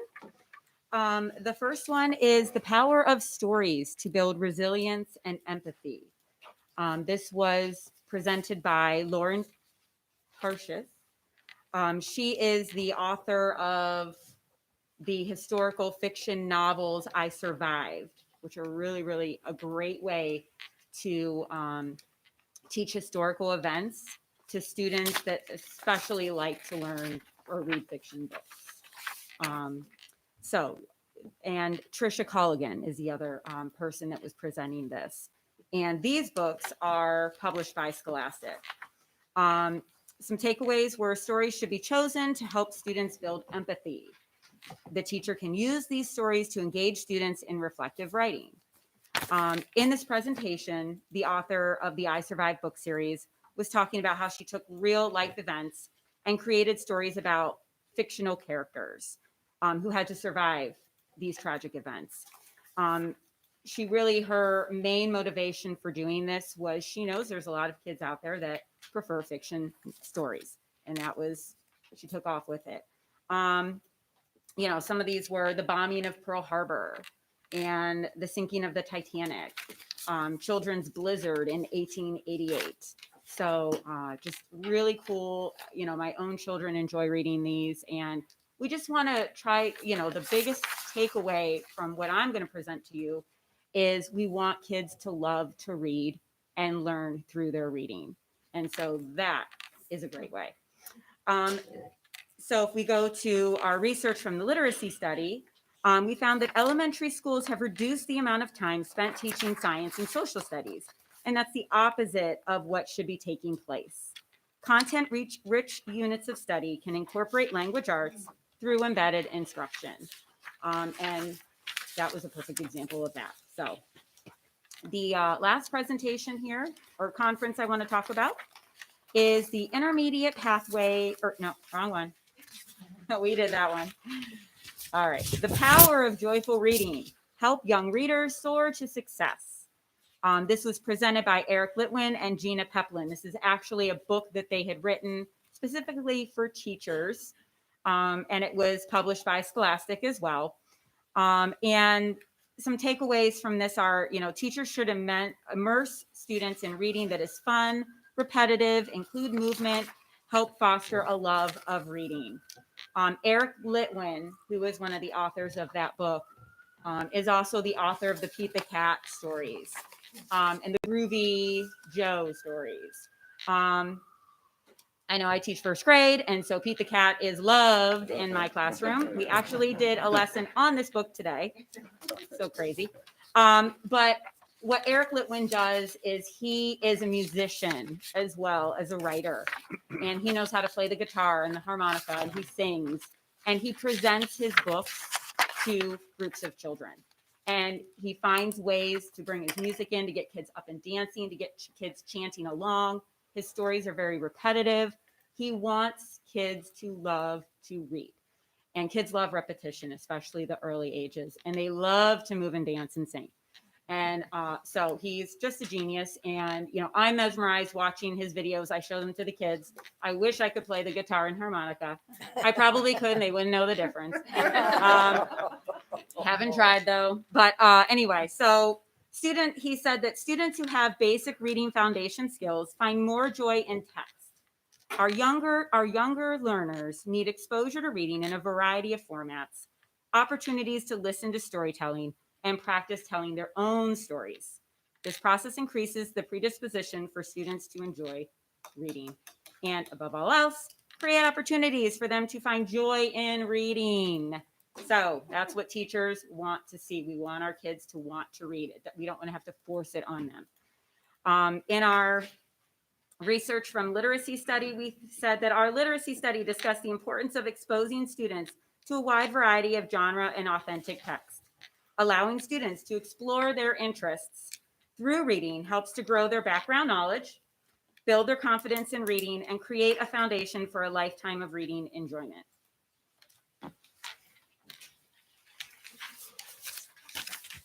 So in conclusion, I just want to share a couple items for everybody to kind of wrap their minds around.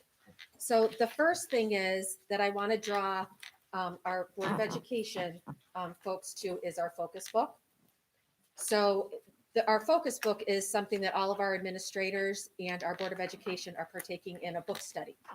And if you notice, this whole theme with literacy is kind of all being tied up with a nice bow. Everything is coming together. So we have our leadership working very hard on this book study. And we have these K-5 folks working very hard, bringing literacy to the forefront so that that can be our foundation. We have our K-5 science committee already working on the same piece. They haven't really talked a whole lot of science yet, but they have talked literacy, Ohio's plan to raise literacy achievement. We have worked on content area literacy instruction. So they have they've practiced different activities with one another, working together. We have our primary group that works together, our intermediate group that works together, and then we bring them all together and they can kind of share out what they're doing. Next school year, Mrs. Dudons, who is sitting over there, will partake in a 6-12 literacy study. So if you can see the thread of everything coming together, this is what our focus is. This professional development leads directly to student growth and achievement. Taking time to invest in our staff, in our teachers, in our leaders, that's what makes a difference for student growth and achievement. Taking the time to let them collaborate and read research and spend that time with one another, talking about instruction, what works, why it works, and then what should they be doing when they go into that classroom the next day.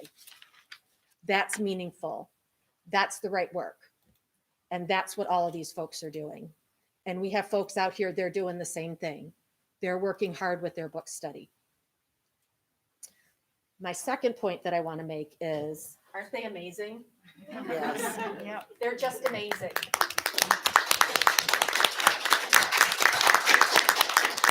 So before I'm going to turn it over to the board, I want to say a few things to you all. Okay. As the superintendent, I take very seriously that part of my position, major part of my position, is being the instructional leader for this district. Okay.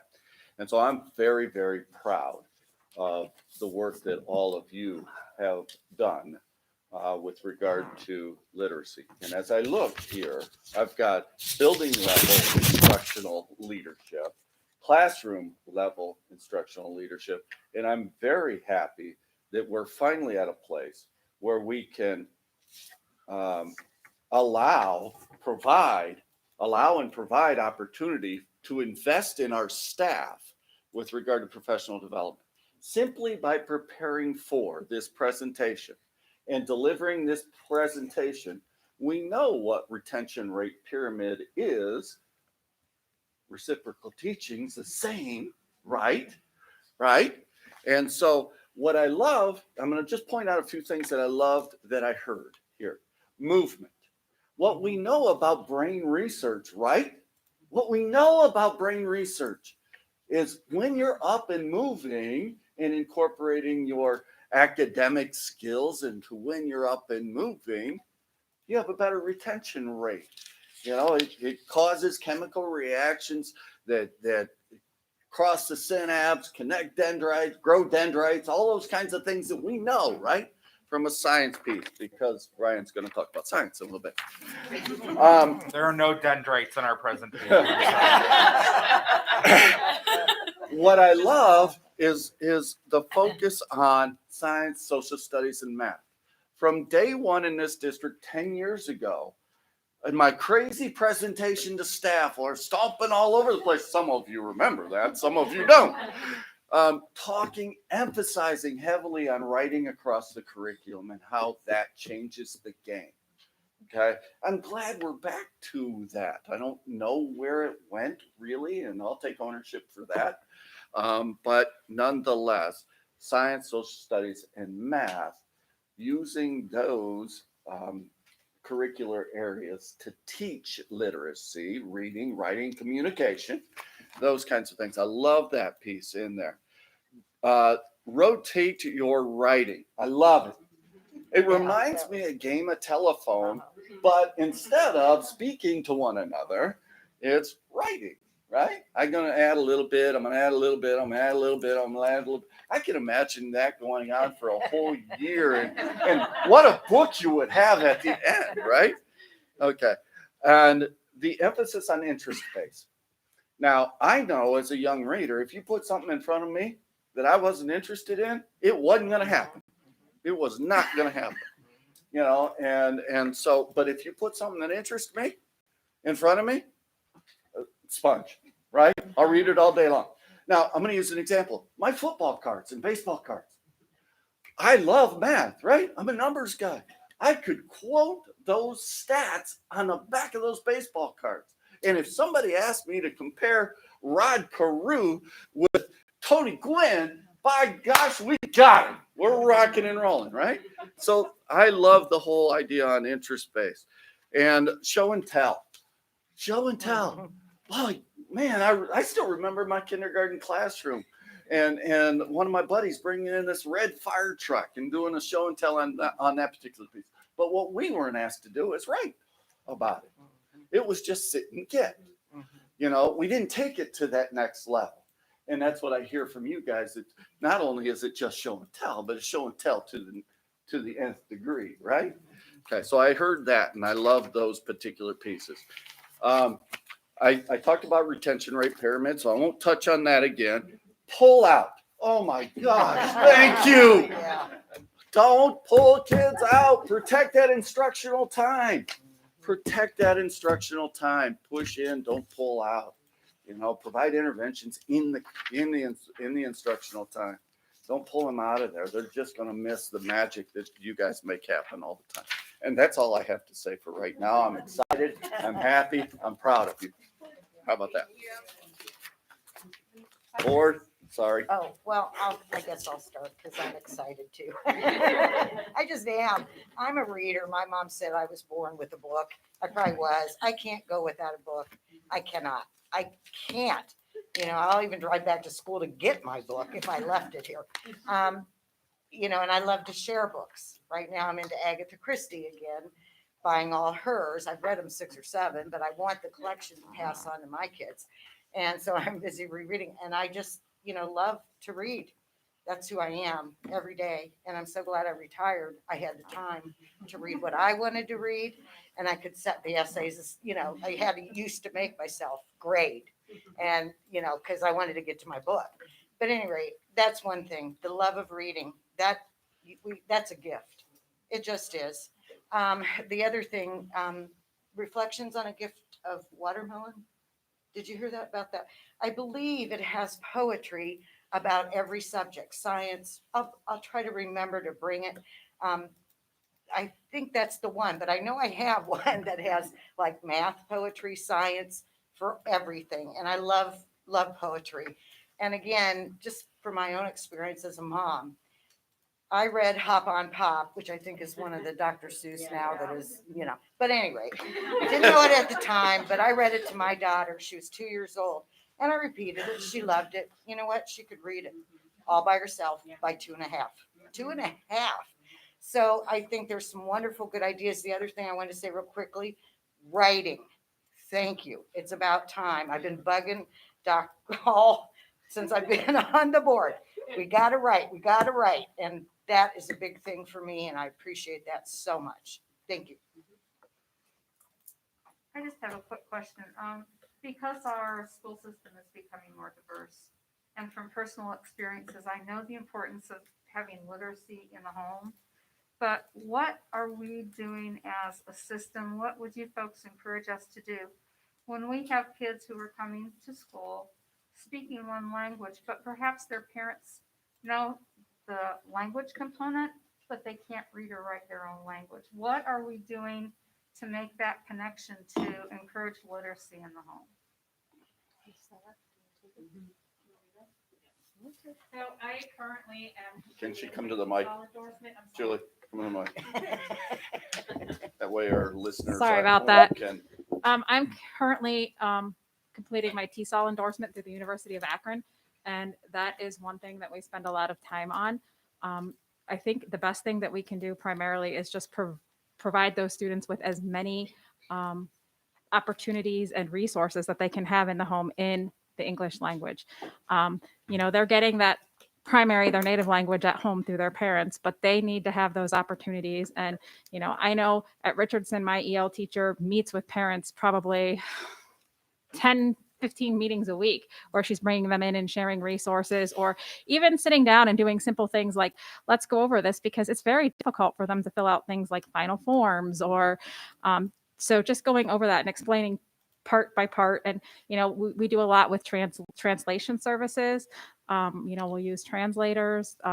We have a great connection. We have a large Nepali population. We have a great connection with Grandview Methodist Church. They have a Nepali service every Sunday, and they have been very helpful with taking some of our standards forms and communication pieces and translating theirs. They have a pastor that speaks Nepali, so he has been awesome with doing that for us as well. So, we try to take as many opportunities. Definitely, we can continue to grow in that area. But, I think part of it too is just offering events where we can also bring them in, because we want to make sure that they feel comfortable in our schools, because, if you're coming into a place and English is not your primary language, that can be difficult. So we definitely need to create those opportunities. And we actually had an event like that created last year. It was actually supposed to happen the first day that school shut down, when we were bringing them in their native language population groups with interpreters. And we were going to go over literacy strategies and, kind of talk about some summer intervention pieces and whatnot. But unfortunately, that never happened. And we're hopeful to do that again. And this goes with our diversity work that we're doing. And 2 or 3 years ago, one of the leaders of the Bhutanese Community Association of Akron, they call themselves the BCAA, asked to meet with me, and I passed this information on as well after the meeting. And what you really want to do in any diversity work is start by asking people what their needs are, because we do a really good job of deciding what people's needs are and then never meeting their needs because we never ask them what they actually need. And one of the things that they said in that meeting, and I passed on to Courtney Lewis, and Dr. Nichols afterwards, was a lot of the parents are trying to study to be citizens, but they don't know English yet. The kids do know English. They're learning the social studies components that go into that test. So if there was some way in which we could incorporate that test into our English language learner lessons, they get that knowledge. They're learning vocabulary. They're learning about this new culture they're in. Then they can take that home and help their parents prepare to become citizens. So that's just one way in which, by trying to listen to what the needs are, we can meet their needs and do all of that work. Pre-COVID, Courtney and I did meet with leaders of BCAA, and I know actually she had several does. meetings, and we had several meetings and had workshops in process, after school workshops, and those will be resumed again. And I think another thing that we've done, and again, it was pre-COVID because we can't have volunteers in our building right now, but we had a tremendous volunteer base from the same church that would come out, and they would work specifically with those students and just model reading for them and have conversations with them and engage them in those conversations in English, because we know that oral communication piece is critical. And a lot of times they're not getting that in the English language unless they're at school. We have one other piece that I've asked Rachel to highlight, that Dr. Hall and I have been talking about, and actually been talking with Courtney about it as well, that was introduced earlier. Right. So we had quite a few conversations this week that are kind of based in a book that Dr. Hall suggested. So correct me if I'm wrong, but I believe it's called Community-Based Language Learning. Okay. So if you just take a look at that title, so that's a way to find out what's going on in your community, which we already know all of the languages that we have represented in our community, right? Taking that rich language that's already in our community and bringing that into the school, and then taking what we have here in the school and breaking that out into the community. So we haven't read that book yet. We're ordering that book. We have, I don't know, about 8 people that are going to be reading that book for us to start just a small book study to start feeling out, where do we want to go with this whole idea? So this directly connects with what Kathy was talking about, with what you were talking about, Anthony. So it makes that full connection. So when you think about everybody talking about background knowledge, talking about vocabulary, talking about standards and what's in them, you take all of those things together and you make sure that you're purposeful and you're intentional with your instruction. And if we know that families have a certain need at home, then we extend that.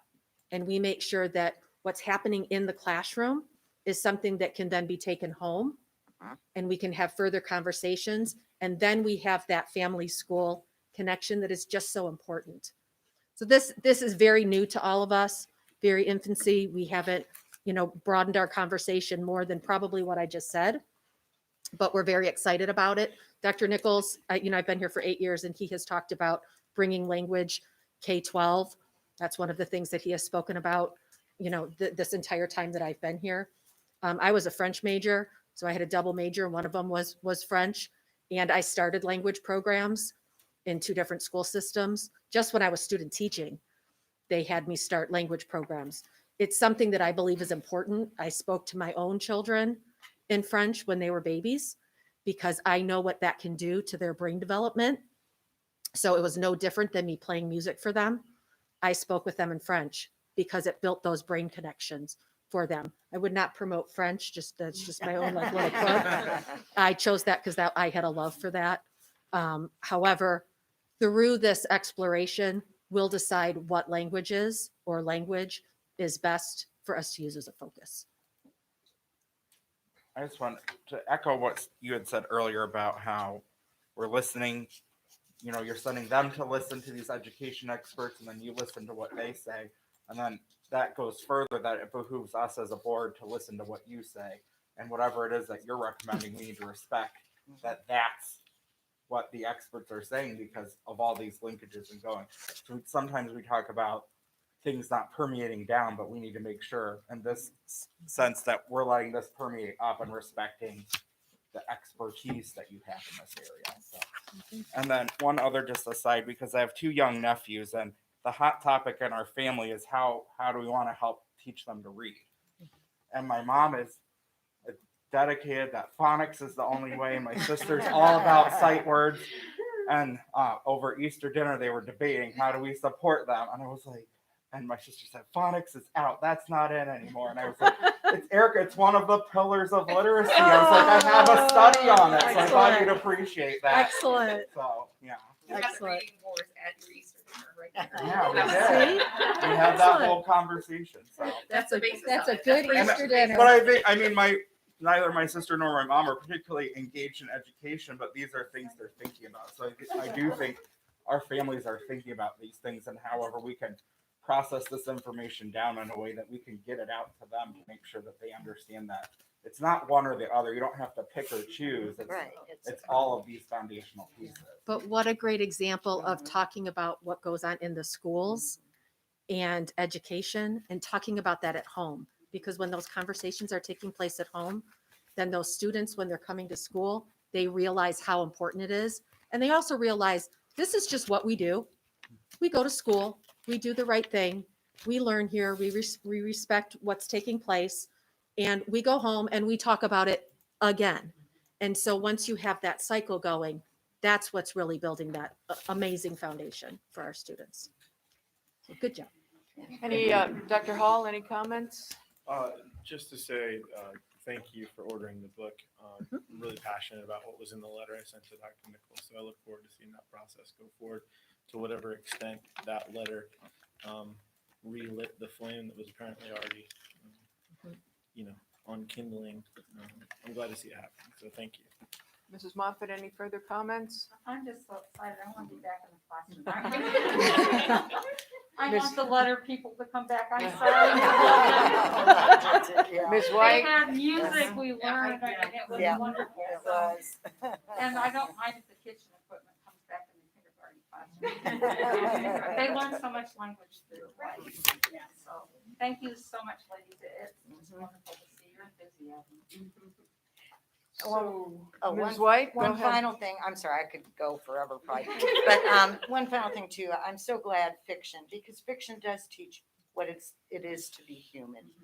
You know, love, loss, all those things. And that's what I love about fiction. And I know, like, you're reading a fantasy, you wouldn't think that you'd cry, but you can, and, you know, because it can be very heartbreaking. So yeah, it teaches us what it is to be kind and decent and human above all. So I do appreciate that very, very much. Thank you. Well, I'll just close with a sincere thank you for taking the time to prepare the presentation for the board, attending those sessions, engaging in professional development, being part of the literacy study. This has just been such exciting work for us as a board who are all avid readers, to be able to, I guess, travel this journey with you, because it's excellent work. It's the kind of work that should take place. It's the right work. It's scholarly work. And you should be proud of every minute you devoted to it. So again, thank you very much for your time, your leadership. We appreciate that. Thank you so much. Great job. Thank you.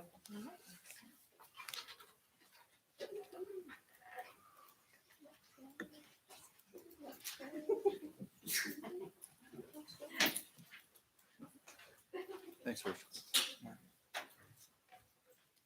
I think we're ready for our sixth presentation.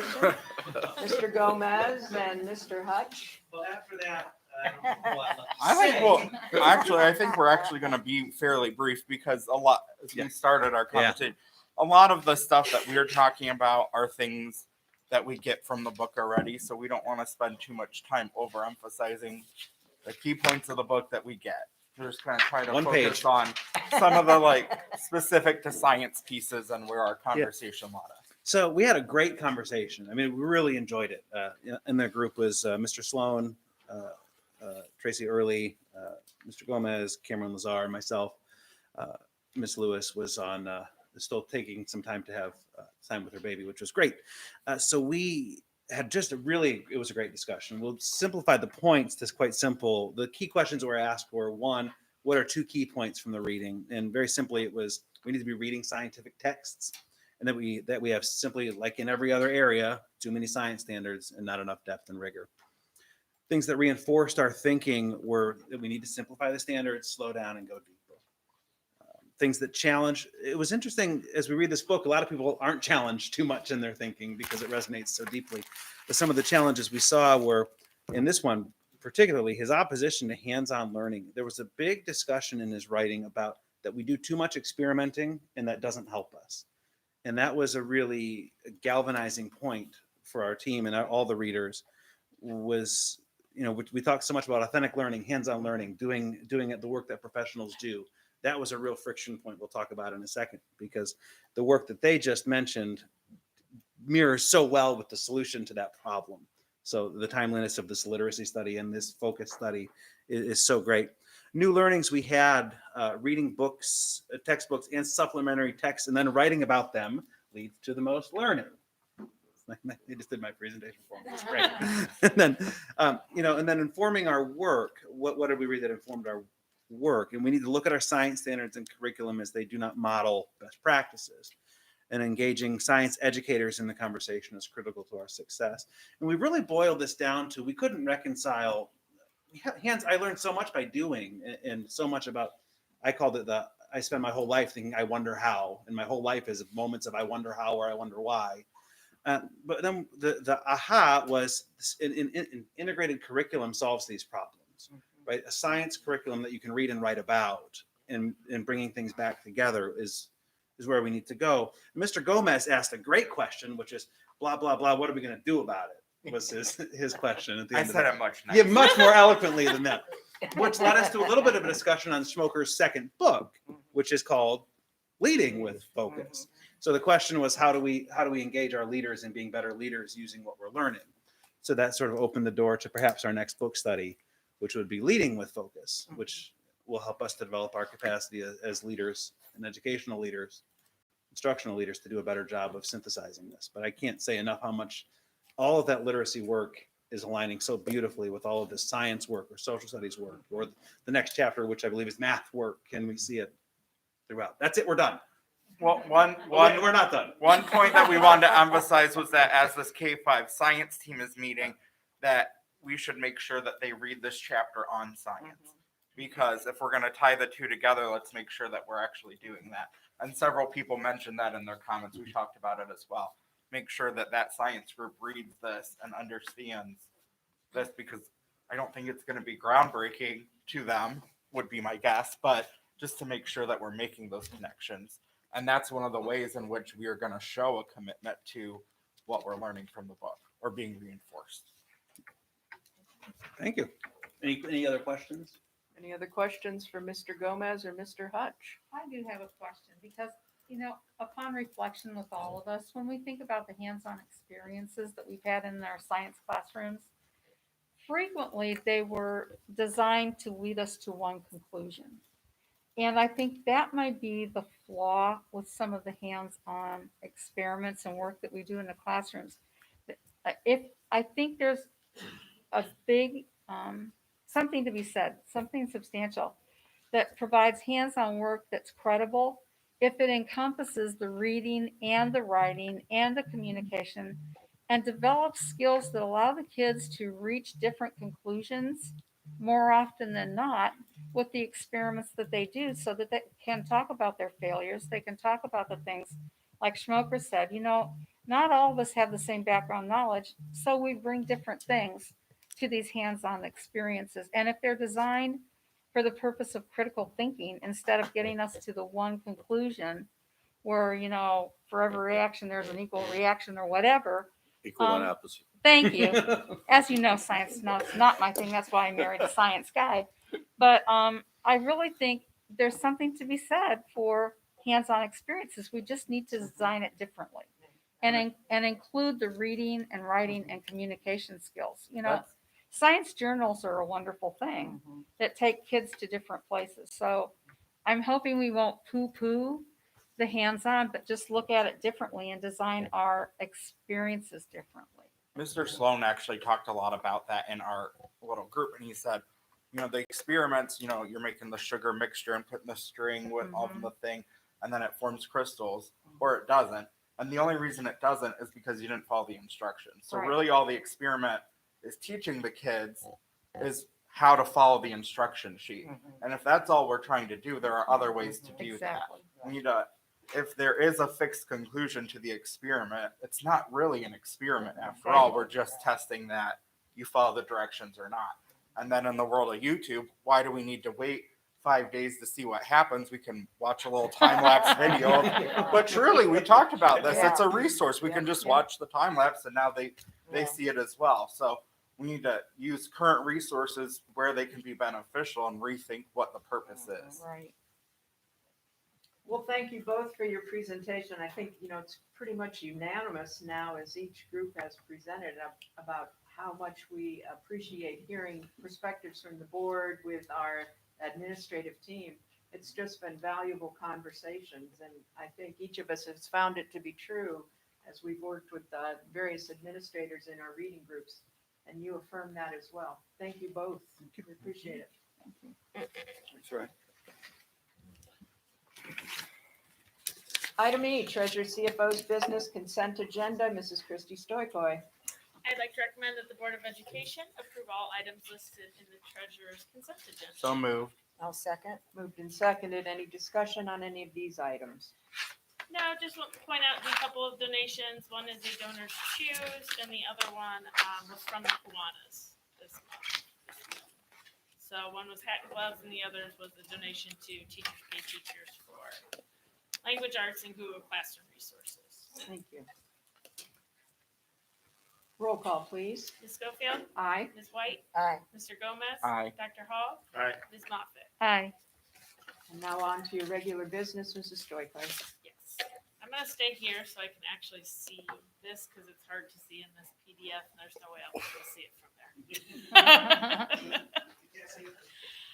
No, and I'll make hard copies as well for next meeting for you guys because I know it's just difficult. Okay, so we are going to let's go, but let's start there. Actually, let's start there. So I think we last did an update in September. So this is a little bit more than halfway point there since then. Not a whole lot major has happened. Most of these projects take place in the summer, late spring, early summer. So some have happened, but some of the bigger ones are still yet to happen. So the first one that we have that we're still on 2018 was the bus leases. So it's a 5-year lease for 2 buses. This was the 4th payment out of 5. There will be one more next year. So that has been paid. That is the only thing left remaining from the 2018 year. Similar, there are only, I believe, a couple items remaining in 19, one being another bus lease for 3 buses. We are in the 3rd year payment of that 5-year lease. So 2 more years to go. And as you know, the Literacy Committee, the textbooks K to 5 language arts are still out there happening this year. Yes, the pilot's going to happen this year. Okay. Yes, full purchase. Oh, I have that in here. I should read that. I forgot we talked about it. Okay, so 2020, if we go down, there are some updates of things that happened in 2021 that we added on. So all of the roofs that we did last summer, Schnee, Preston, Price, Richardson, all complete. That was the $827,000. So that is done. Potholes district-wide, we had originally put aside $40,000. It was only around $12,600 for just that was the patching and filling, striping, those kinds of things. We did we had some HVAC valve issues at the high school that we ended up using emergency levy money for. That was around a little under $45,000. And some of the exterior LED lighting. That was another one we started in last year in 20 and then finished this year as well. Another couple $1,000. And I think we touched on these before because most of this stuff happened, but I will just go over it real quick. We did get the box truck, a truck with a plow, a dump trailer, 2 flat trailers, 2 bag catchers, flooring chariots, vacuum cleaners, and the parking lot at Richardson last year. And I think those were all pretty much taken care of in September, but in case we missed anything, that was that.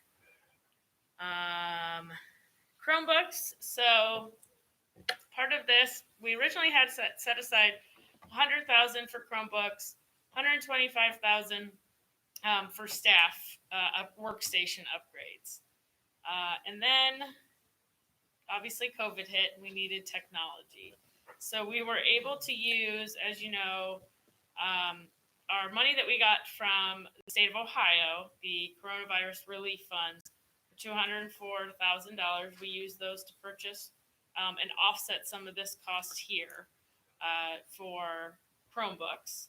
And then we further used some of the CARES Act and ESSER money for both the teacher upgrades and the remainder of the Chromebook purchases. Now, the Chromebook purchase you see there of $164 for this year, that was just the difference of some, I think, that were in process last year before this, so they didn't quite make the cutoff of, I believe it was March 20th, that you could only go back to for things.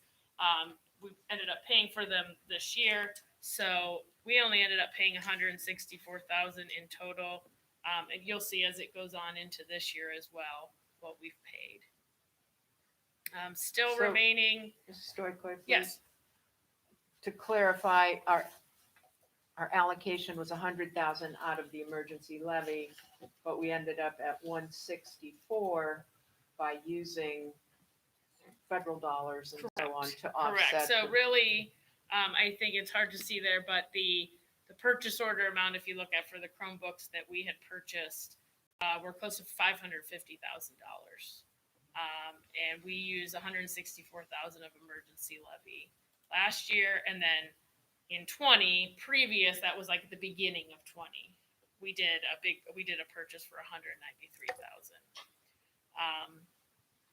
And then if you go down, you can see we used another $210,000 for the staff workstation upgrades, and we did not use anything out of emergency levy for those because we were able to use some of our ESSER funds at that point in time. And these other ones, I think we covered in September, but we had some security cameras internally and externally installed last year, $92,000.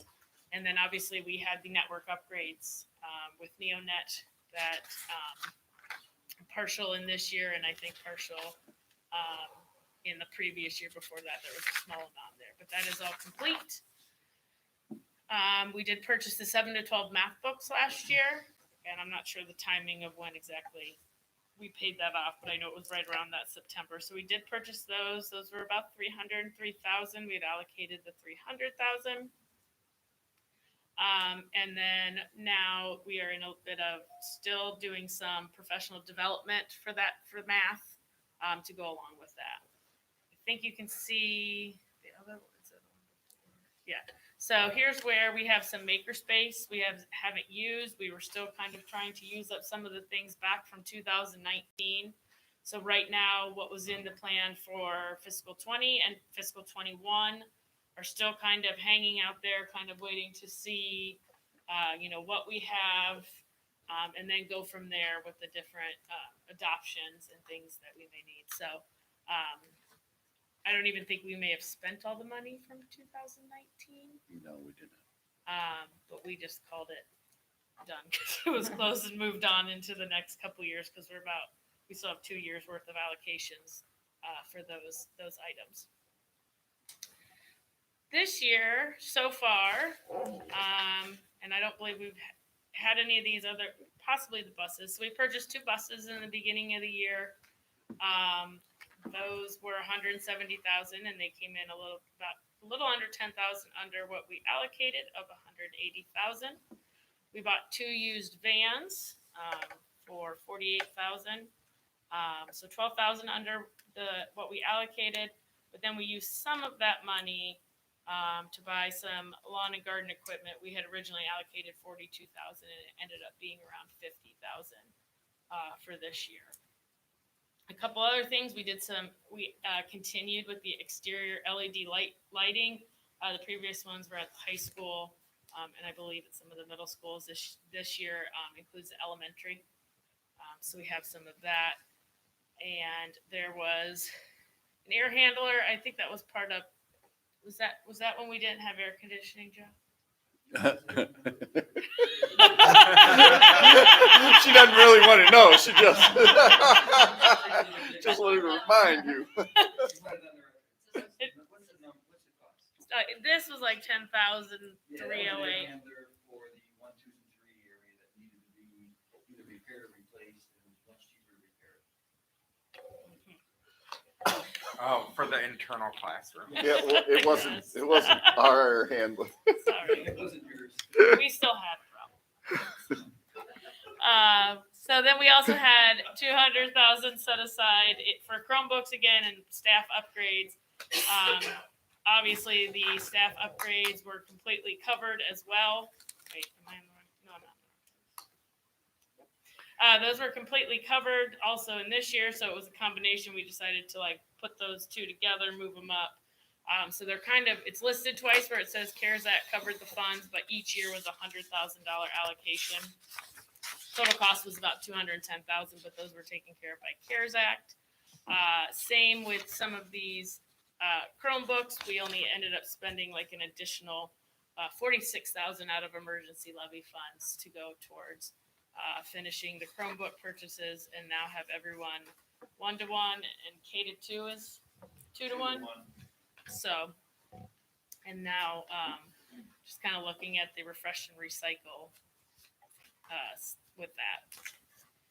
So we still have, again, we had data projectors, flat screens, that kind of stuff. That's another one that is kind of, I believe, up in the air right now. It's ongoing, but it's supply chains. Yeah. So, and then we have the K-5 science textbooks. We have language arts professional development, because coming next year is the 612 language arts in the schedule. And then you can see the equipment for Makerspace again. We still haven't used previous years.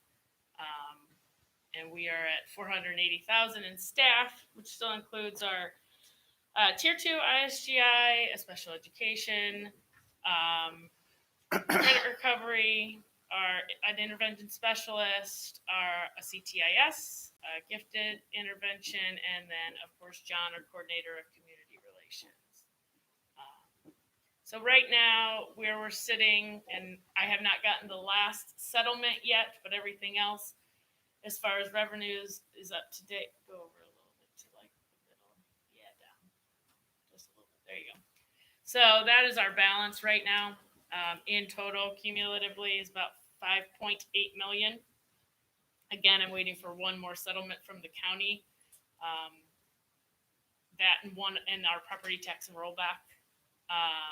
Some of those items, the homestead is something we do receive for emergency levy, even though we don't receive the rollback and homestead directly from the state. The 10% and the 2.5%, but we do receive homestead on those. So that will be finished, and that is where we're at. But we've got a year and a half after this year on that plan, and so we're looking at what those next 5 years now, coming up with something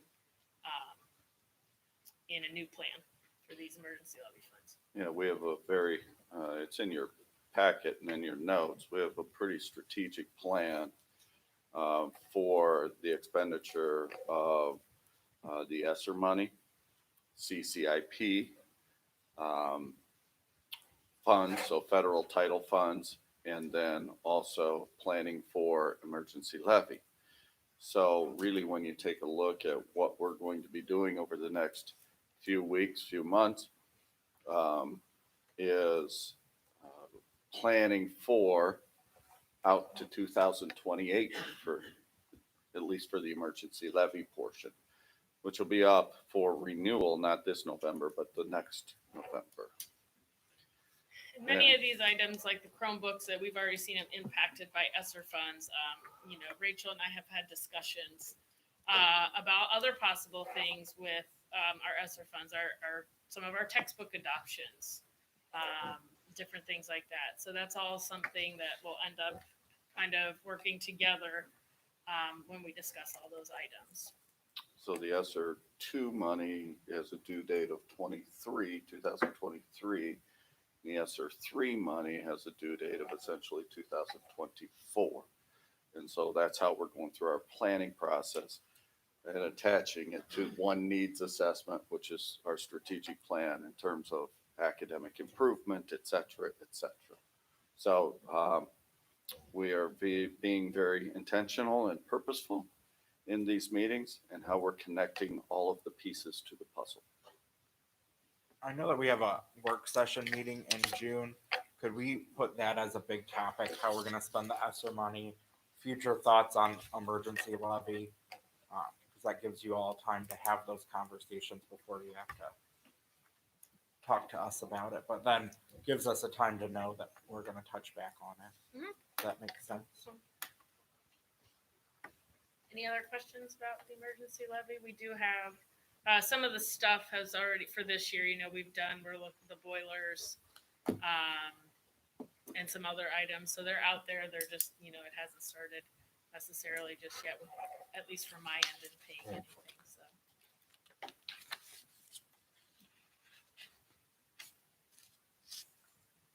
Any questions on emergency levy? We're ready for your comments. I have two. I know Chef Bill's patiently waiting for my comment.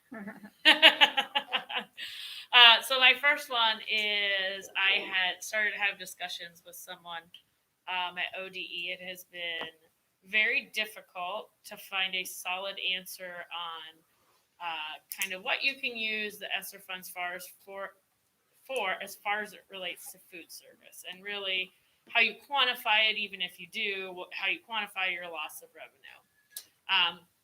So this person had actually posted in one of our OASBO forums. He works for ODE, and he is kind of our liaison, that someone had asked about athletic funds. And he said, because of loss of revenue, can we, use this to offset that?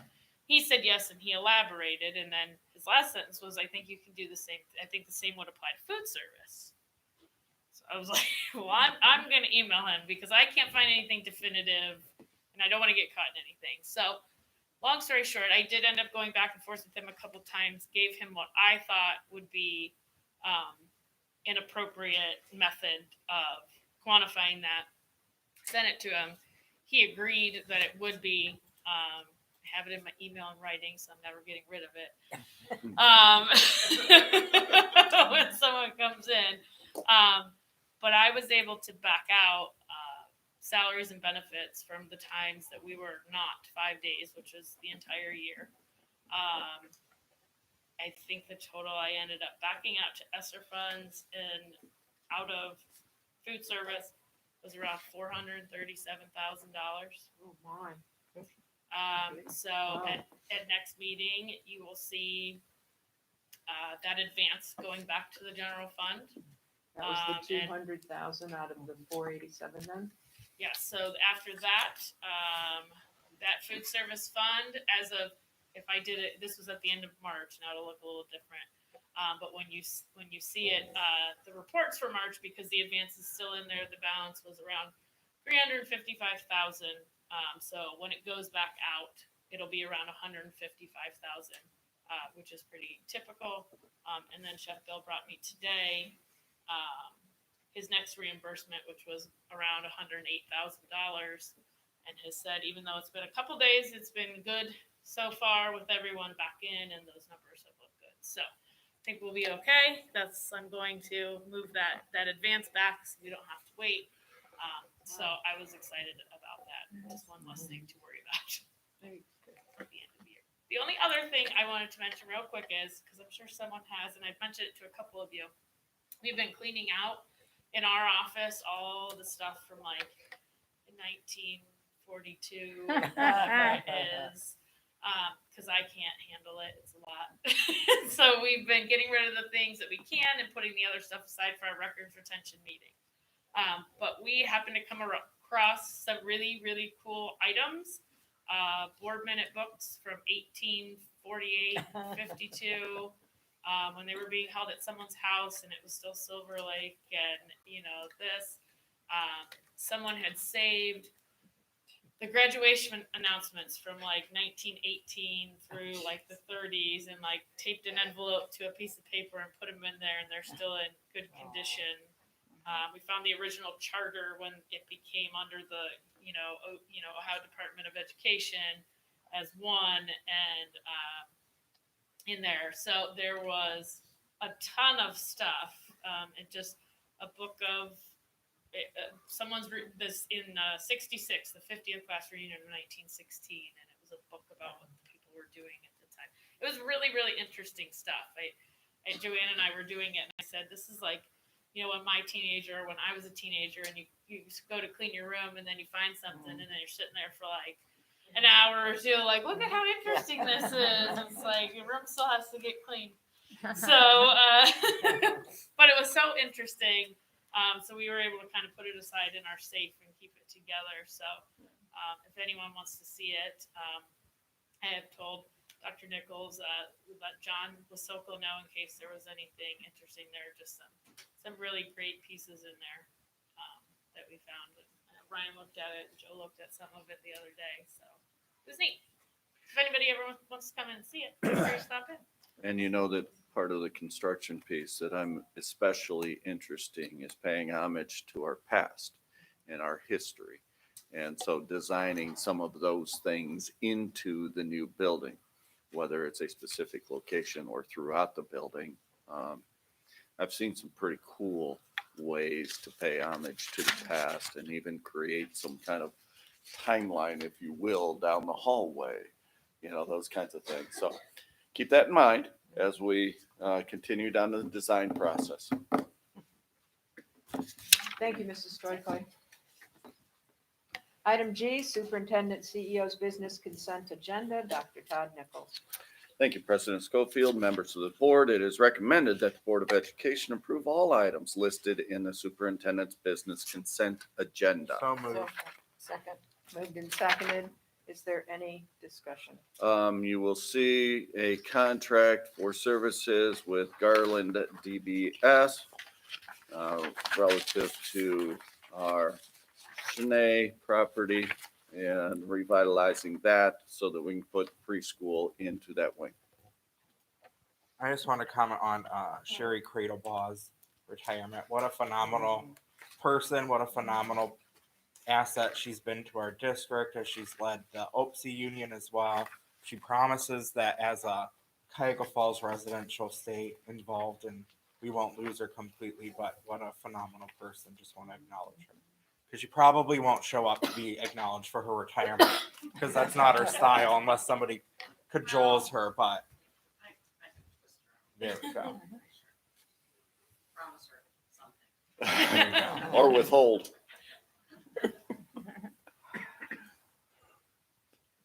Roll call, please. Ms. White?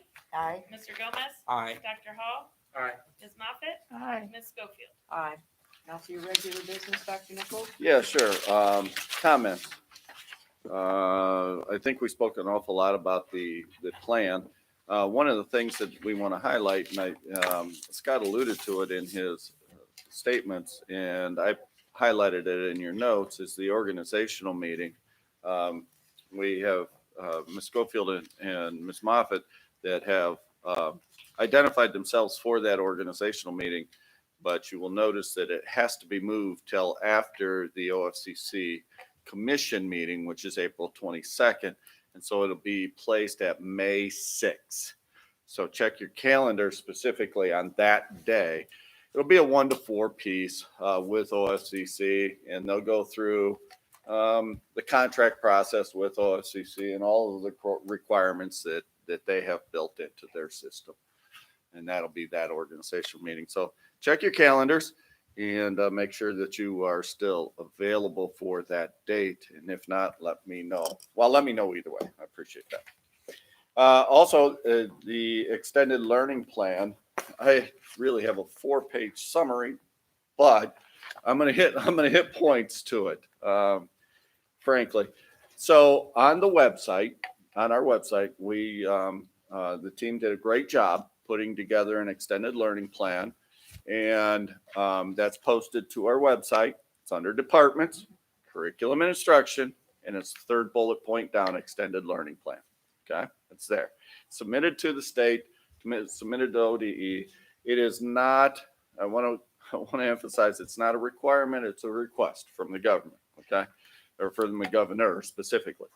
And so we've met that request, and it can change throughout the process. So it does not have to be in hard cement, so to speak, right? Particularly as we move out towards 22 and 23 parts of it. And I'm not even going to touch on 22 and 23 yet, because we need to see what's going to take place between now and then, right? So there's really 3 parts of the extended learning plan. The first part is identifying academic need. So this spring, we have committed to using the map data that we have, OST scores, and classroom data to identify students who are either struggling or falling behind. The building leadership teams at each of the elementary building have or will receive qualifying criteria from central office, such as those who are on a RIMP, those who are below 700 on the reading piece, on the fall reading OST, or yeah, that's where I'm confusing myself. If I just read what I wrote, I'd be fine. Those below the 45th percentile on MAP assessments, etc. Those students will be monitored at the building and district level for growth. While these students will be specifically invited. Okay? So we're going to specifically invite these students. All will be welcomed to participate in our extended learning process this summer. Similarly, at the middle schools, principals and counselors have developed learning contracts as the basis for review with students and parents. Criteria for the contracts include academic performance, MAP data, and attendance data. The goal of the contracts is to improve performance during the fourth quarter. So meeting with parents, with the students, and engaging in these contracts, using the contracts as a vehicle to cause that conversation. At the high school level, the primary focus is on graduation status of our seniors, naturally. The counselors are reaching out to students and families to establish a plan for on-time completion. Additionally, those students in grades 9 through 11 who are credit deficient are being identified and targeted. The building leadership teams and the teacher-based teams at all levels are being challenged to examine our NWEA MAP scores, K through 10 in ELA and math, third grade fall 2020 Ohio State reading test, the Ohio English Language Proficiency Assessment, OELPA, ACT, classroom-based assessment, GPA data review, response to intervention team recommendations, individual student IEP goals and benchmarks, past end of course assessment scores, and the district will administer all Ohio State tests in grades 3 through 8, ELA math, grades 5 and 8 in science, and then of course tests in ELA 2, government, U.S. history, biology, algebra, and geometry. Lastly, we monitor attendance information. And for those who have poor attendance rates in person or online, the coordinator of wellness and success, along with principals, have been scheduling and making home visits and wellness checks. Let me get a drink of water. So that's spring to identify students, right? And then specifically invite those students to our summer program. So summer 2021, the district will continue to analyze the data mentioned above, along with spring MAP, fourth quarter grades, credits, and spring OST results, which we will receive in June. From these data, specific students at each grade level will be identified and monitored. Additionally, the students who were identified, invited, and attended the summer sessions will be monitored to determine the effectiveness of our programming. All information regarding the identified students will be disseminated to BLTs and TBTs. That's the first section in terms of identifying academic needs. Second section, approaches to address academic gap filling. So, spring 2021, use the Ohio Improvement Process, OIP, to gather, analyze, and monitor student assessment data used to drive instruction during the fourth quarter. The district leadership team has been charged with a review of winter MAP data to identify student strengths and challenges and cross-referencing each with the ODE, Ohio Department of Education, identified priority standards to identify students for summer sessions. The teachers will meet bi-weekly in their teacher-based teams to review data, instructional practices, successes, and areas for improvement. Then they will refine their instructional practices as appropriate. In addition to adjustments to Tier 1 instruction, teachers will address students' needs for enrichment and intervention during Tiger Time. Summer 2021, basically, what are we going to do? What are we going to offer? Using ESSER 2 funds, we are offering free literacy-based summer programming for all incoming kindergarten through fifth grade learners for 3 weeks. Programming will run 4 days per week at 2.5 hours per day and will be housed at DeWitt Elementary. Selected that because it's air conditioned. English language arts and math will be offered to 4th and 5th grade students. Students below the 45th percentile on MAP assessments will be specifically identified and invited to participate in the program. The program will run June 1 through June 17. Special education will continue to use an extended school year, ESY, determination process based on the regression recoupment of skills. ESY will be offered, and this is different than what we've done in the past. ESY will be offered Monday and Tuesday each week, 2.5 hours a day through the entire summer, beginning June 7 and ending August 3rd. ESY will be offered in person and remotely. It is open for all students who qualify for ESY and have it documented on their IEPs. Middle school students will be able to participate in a free 5-week program, 4 days a week, 4 hours per day, running June 1 through July 1, with an academic focus on ELA and math. The program will be offered to all learners. Math and science enrichment programming will be offered to outgoing 8th grade learners. There will be a 2-week focus on math from June 1 to June 11th and a 2-week focus on science, June 14th through June 25th.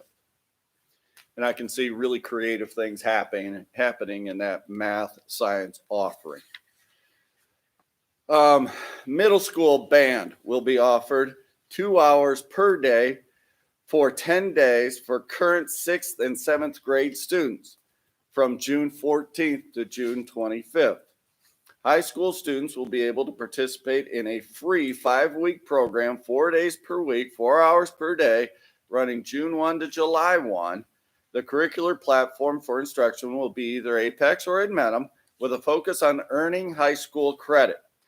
This will be offered to all learners, including those seeking credit recovery and those taking courses for achievement and advancement. High school students will also be able to utilize Admetum software for ACT prep. So we have ACT preparation going on this summer as well. The district intends to provide busing for students who attend summer programming, and meals will be provided for all students district-wide for the summer. Additionally, enrichment opportunities are being developed in physical education, music, art, and world languages. The details are still being refined as of this report. And the last section to the extended learning plan is approaches to identify and address social and emotional needs. So spring 2021, what are we doing now? The district offers several programs to identify and support students' social and emotional needs, including the following. Student services includes school counselors at each building, school psychologists, response to intervention teams, multi-tiered system of support teams, child guidance and family solutions, positive behavioral intervention and support teams, school resource officers, Tiger food bag programs. In addition, the district administered the Strengths and Difficulties questionnaire as a universal screener in March to families of learners in grade 3, as well as students and families in grade 6 and 9. The district is using areas of greatest need identified via the universal screeners to drive quarterly lessons delivered to all learners. As a result, the district will increase the prevalence of social and emotional messages via morning announcements across all buildings daily. By surveying all families in the district was able to identify social and emotional areas where families felt they needed support. These support areas are used to drive monthly newsletter resources that were shared with all learners, families, and faculty, virtual community, psychoeducational events, along with support and resources communicated at the local newspaper, to the local newspaper monthly. One of the next seminars coming up is April 20th, and it's on the topic of anxiety.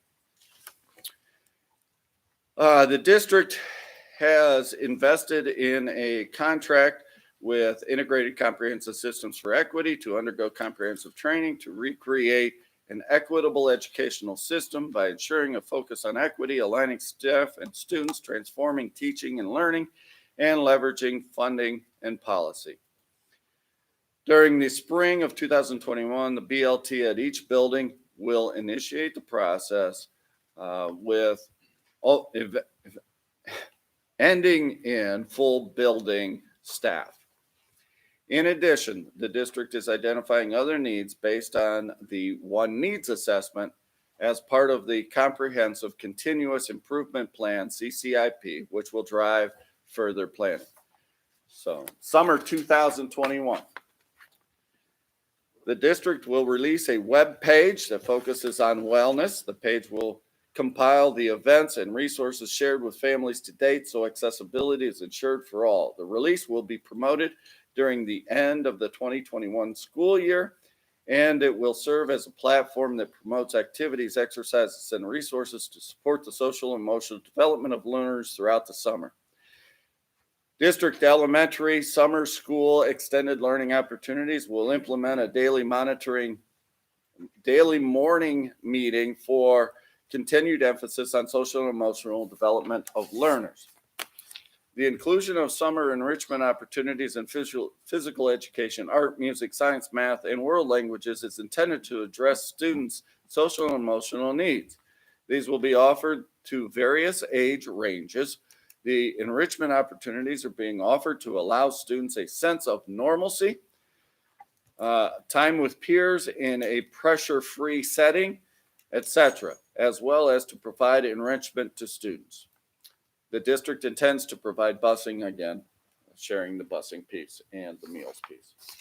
So that is a summary of the extended learning plan. You may look at the entirety of the extended learning plan through our website at the location I suggest. Will you give us a copy of the full plan along with your summary in our packet Friday? And then can we put this on maybe for discussion at the next meeting after we've all had time to really dig in and thoughtfully process it? Or maybe we won't need to discuss it. That's possible too.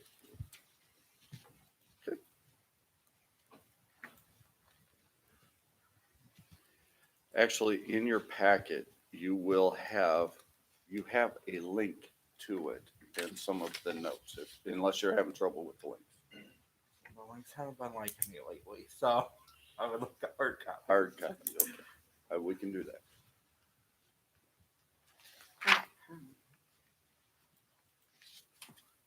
Any other comments, Dr. Nichols, or any That's it. questions That's on it for my extended learning comments. plan? Thank you. Item I, board business. 1, policy approval and adoption.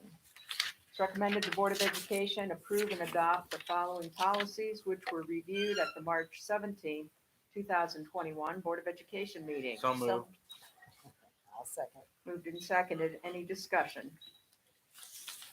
Roll call, please.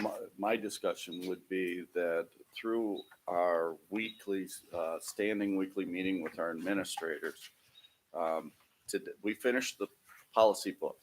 But then what we did is we went back this morning, and we went back actually to first read. And I showed them where to find first read and how to go through first read to identify the changes, updates, deletions, et cetera, et cetera. And we will continue to do that anytime that policy is provided on the board agenda for first read. So I just wanted to share that with the Board of Education to let you know that the entire administrative team is going through these as well as a team. That's good news. I know it's tedious, but They've actually turned out to be walkthroughs. really, really good meetings. I mean, except the ones led by Ryan Hodge. No, Ryan leave that actually there. did a phenomenal job, and he had probably the toughest chapters in the sense that it was all student stuff. I thought it was important to represent the board's interest by making sure our administrators were Oh, look at you. Thanks. Oh, butter the bread, Ryan. Butter it. Butter the I need bread. my hip waders. Anyways, Any other discussion on policy? Please call the roll. Mr. Gomez. Aye. Dr. Hall. Aye. Ms. Moffett. Aye. Ms. Schofield. Aye. Ms. White. All right. Item 2, Top Tiger nominations. We all received an email from a teacher about a Top Tiger nomination. You have in front of you what the criteria is, and also along with the nomination form. So I'll quickly read the criteria. The Board of Education has created a special recognition program honoring an outstanding male and female student from each school building per month. The program provides an opportunity for the Board of Education to publicly acknowledge the positive accomplishments of our students. The focus of the program is to recognize students who excel in citizenship, academics, social, civic, volunteer, or other accomplishments within their school and the community.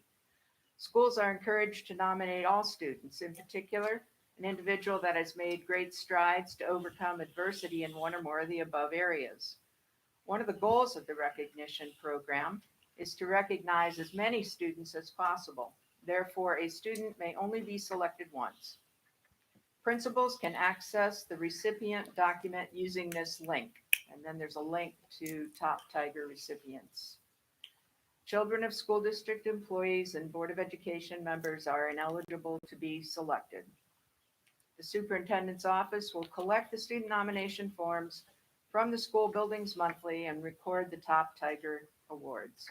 All Top Tiger nomination forms must be submitted to the superintendent's office by the 15th of each month, beginning with September, and nomination forms will be given to parents at the meeting.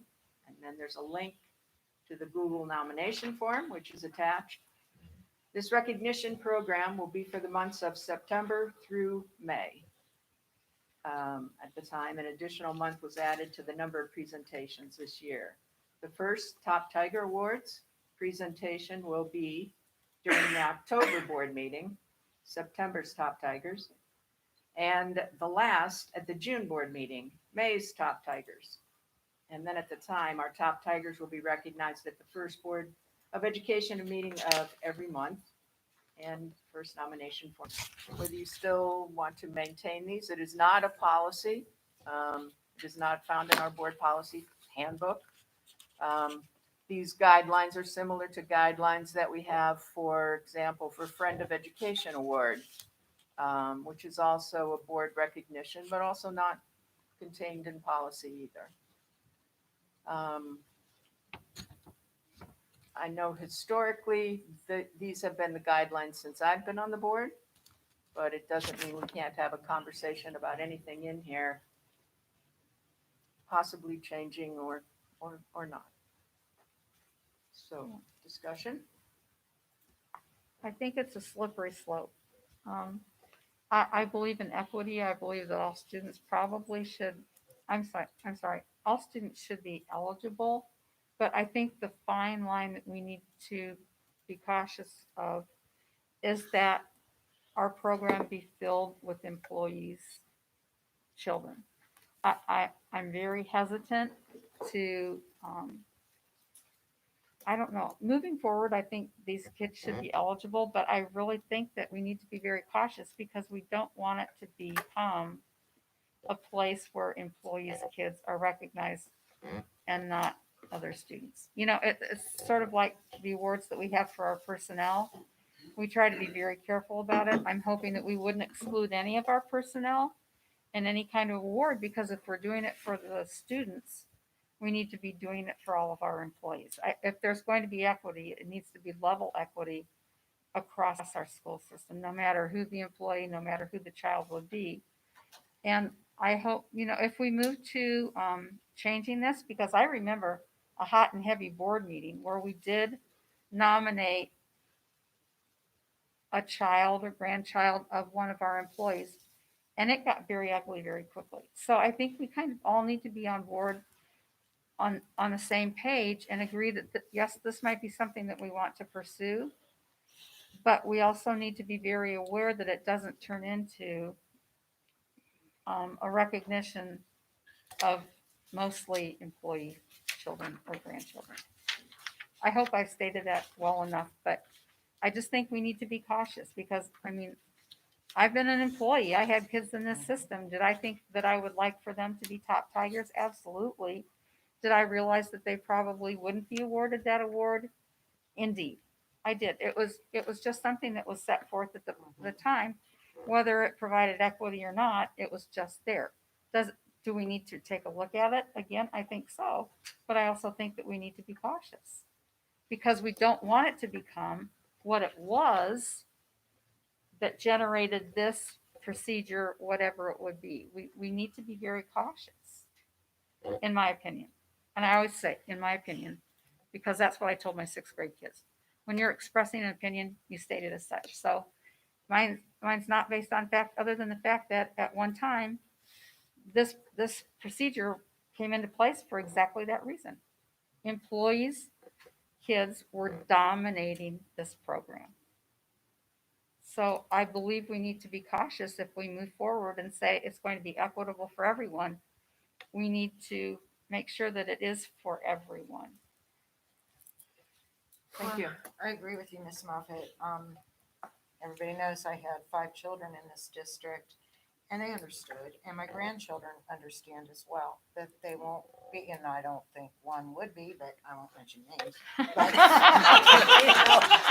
sorry, forgive me. But anyway, I just think it should stand the way that it is.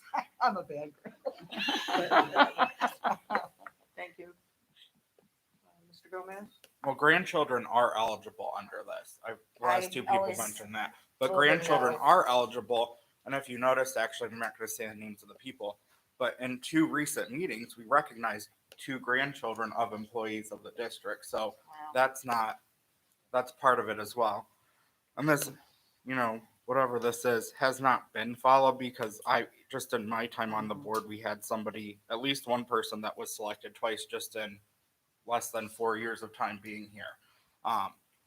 So where I'm sitting is I don't think so little of our staff that the only people they would nominate are their friends' kids. That's my opinion. I think it's disrespectful to our staff to assume that they wouldn't pick the person that they think is best and that they would just pick their friend's kid that they might have in the class. I don't know. So I have no problem changing it. I didn't know this existed. It's probably something we should provide to board members since we say that it's a board award, because I had no clue that this was a thing. Any comments, Dr. Hall? I agree with Anthony. I think that, I would be okay with making it available to everyone. I've been on the board, 6 months. I don't know every kid in the district that, whether they're the child of a staff member or whatever. So, I might like to know that, on the form, you know what I mean? Just so that if it does become a problem, we can see the trend. Hey, every time one of these forms comes in, that box is checked, I don't know if that's appropriate or not, but the thought crossed my mind. But I would also say and this just occurred to me since we've been sitting here, that I think that maybe we should allow, what I was going to say is, I don't know that I think it's necessarily the greatest part of this to make it so that if a kid gets picked in kindergarten, they can never get the award again.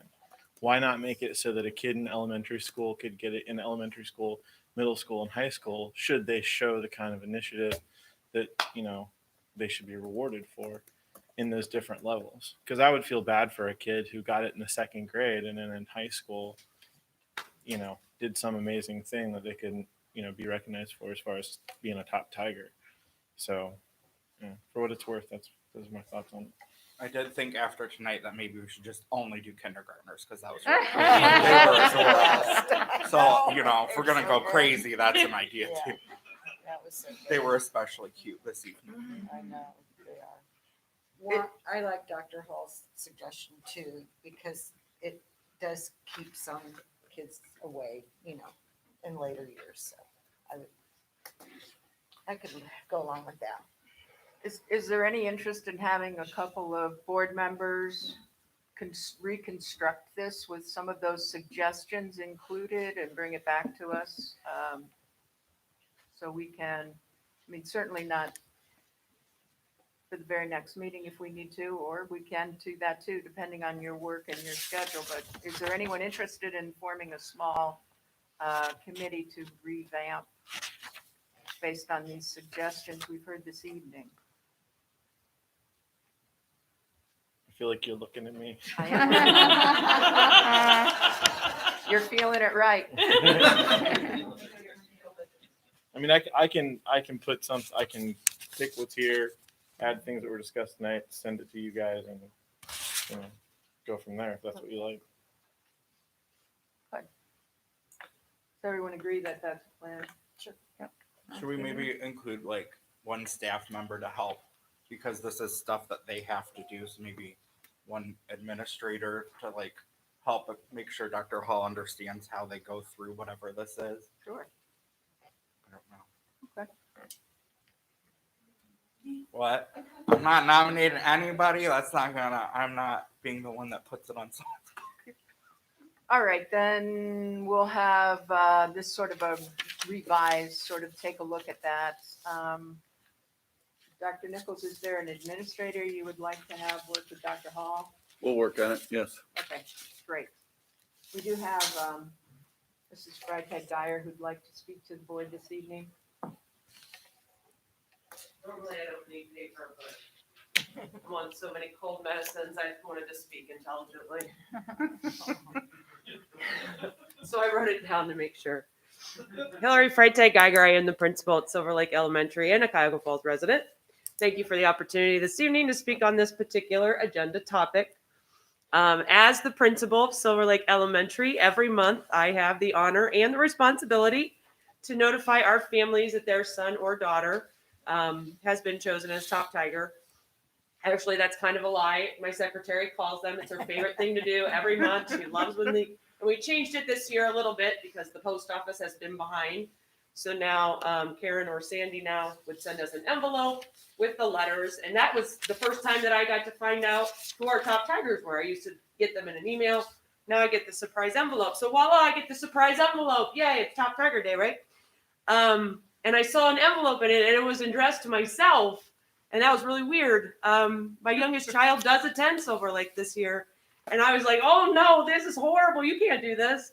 Because I'm a rule follower too. I understand it. I know the rule. I used to screen these all the time. I know, what the rules are. So I walked down to his teacher's classroom and I reminded her the exact language that you read, Cuyahoga Falls. I said, that's my kid. He can't be top tiger. And she said to me, how'd you find out about that? I said, well, I'm the principal. That's how I found out about it. I opened the envelope. I do this all the time, And she thought she was going to surprise me. I said, that's the rule. It's been a rule for a long time. And she almost started crying. She was so upset and said, well, who can I talk to about this? And I was like, well, it's not me. It's not up to me. And honestly, if it may have been a different situation with a different kid, maybe I would have taken that off of her plate and contacted you guys, but I didn't want it to appear as if, it was out of my own interest. So it's a board award. And then it is my understanding that you all received an email, Dr. Nichols received an email about, how she felt about it. And I just wanted to make that background information known. I thought it was important for you guys and, for my bosses. So that's how we got here today. And as a mom, my heart would be exploding with pride and to see my kid be recognized for his efforts in the classroom. Especially given his background and knowing what it's take to get him here today. But that is not at all why I chose to speak on this. Not even close. Anybody who knows me, and I know a lot of people here do, or maybe you're listening and you know me, that's not what I'm talking about it at all. That would be way off brand for me. I wanted to talk tonight because I am a proud principal in an amazing district. And this is the second child just this year that I've had to veto and remind people of the rules. And, it's broken my heart equally both times. They're both great kids. One belongs to me, one doesn't. And, and Mr. Gomez pointed out that children who have a relative that's an employee, they are eligible. So it's just really the children, like the direct children of, because I always have to go back and read when somebody nominates one. I had one of the ones this year. And I was like, oh, no, she can't get it. And then I went back and looked at the rules. I was like, no, it's just like the children. So I had to remind again, and those kids deserved it. Absolutely, 100%. Great kids. And I just want to say we've worked really hard at Silver Lake and in the district at large to eliminate bias in our educational system, to live and breathe our mission, every student, every day, every opportunity. My child is loved just as much as the other kindergarten students at my school. Not more, not less. If anything, if you walked around there, you know, I'm probably harder on, you know, everybody's like, he's under like a microscope, you know? So you understand that, Dr. Nichols, I know as well. And we're a Black Tiger family. And this year, more than any, I just feel like they all feel like our kids. They all feel like our children.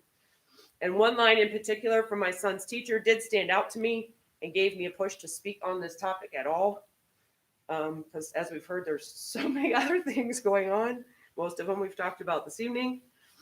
And she said, and I quote, "As a teacher, I hold my students to the same standards regardless of where they come from." End quote. And she does.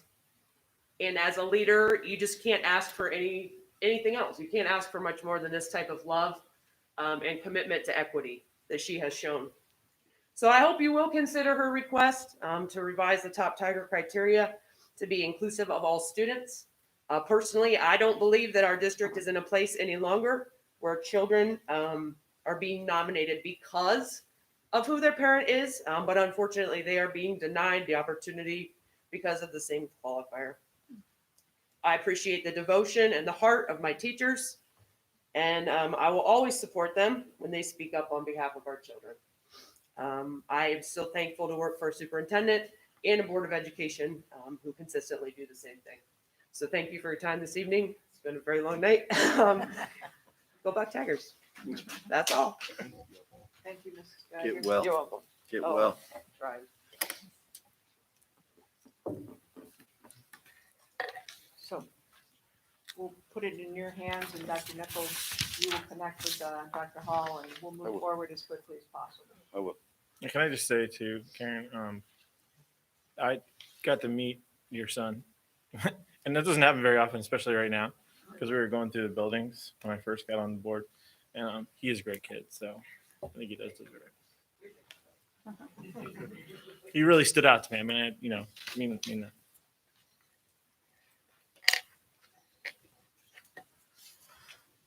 Future agenda items? Can we, so we have a levy that we need to put on the ballot. Could we possibly act on one of the resolutions in May, one in June? Just because when we know they're coming, sometimes then we still end up rushing them through. So we know it's coming. Let's just get it done. I heard one district already voted on it. I was like, oh, that's too early to want to think about a levy campaign. But just that way that we can get that done. So thank you. Other agenda items?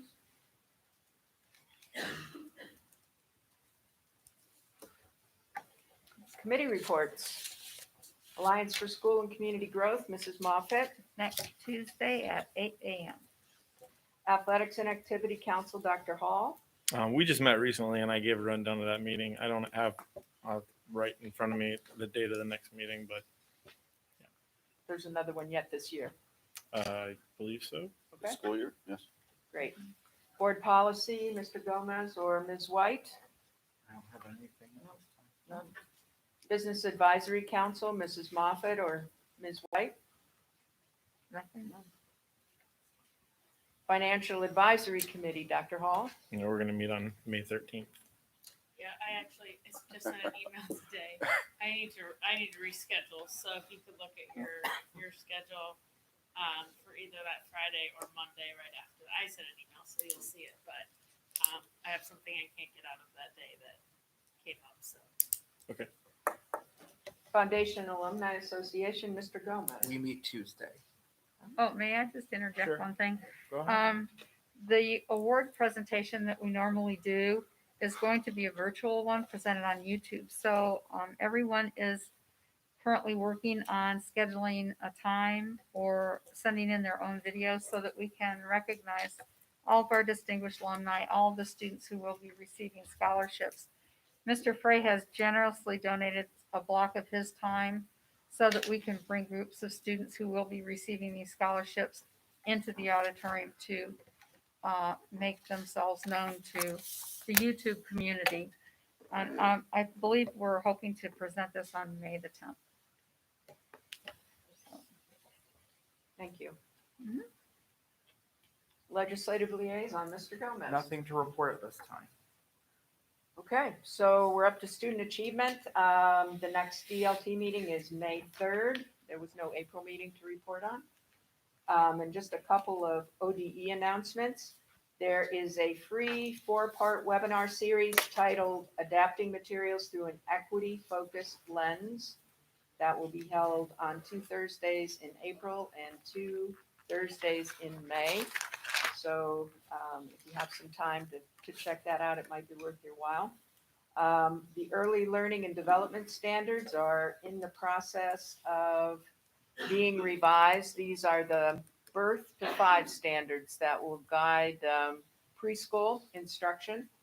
The plan begins with a 26-question public comment survey that's available online. I know, Dr. Hall, your children participated in preschool.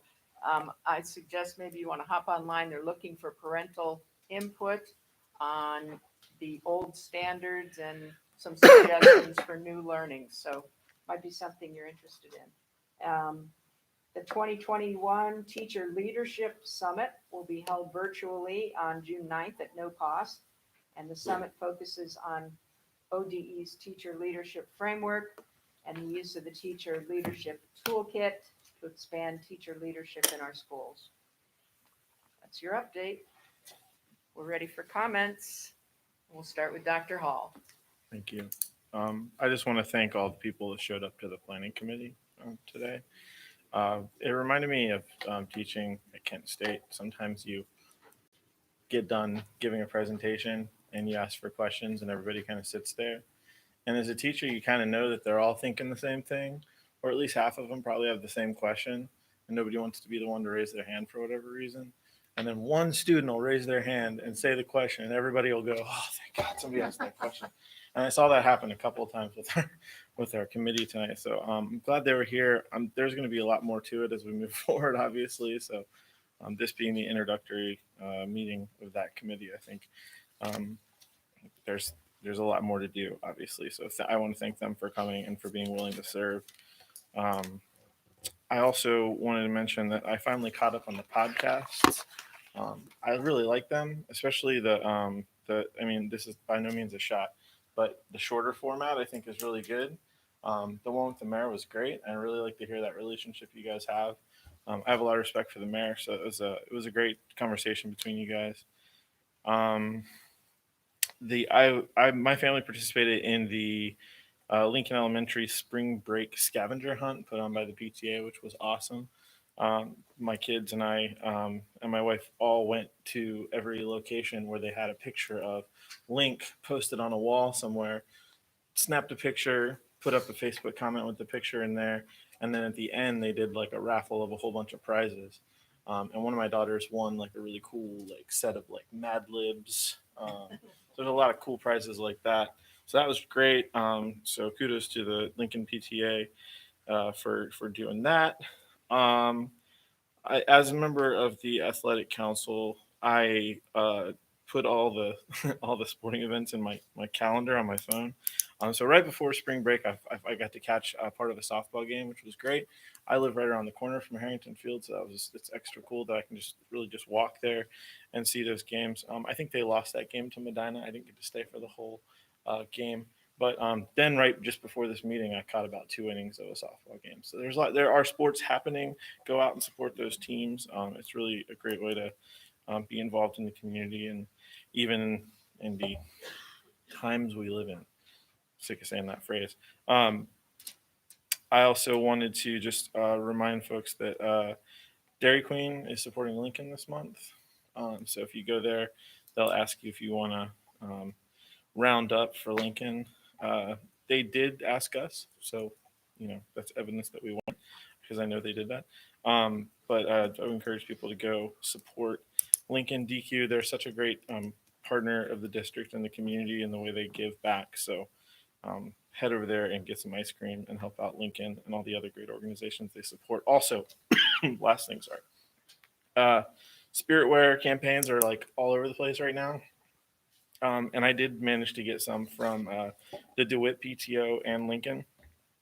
I think they're closed now. There might still be some open in other schools or other PTAs, but excuse me. But consider getting a a T-shirt or whatever it is they're selling. So that's it. Thank you, Dr. Hall. Next up, Mrs. Moffett. I'll make mine short.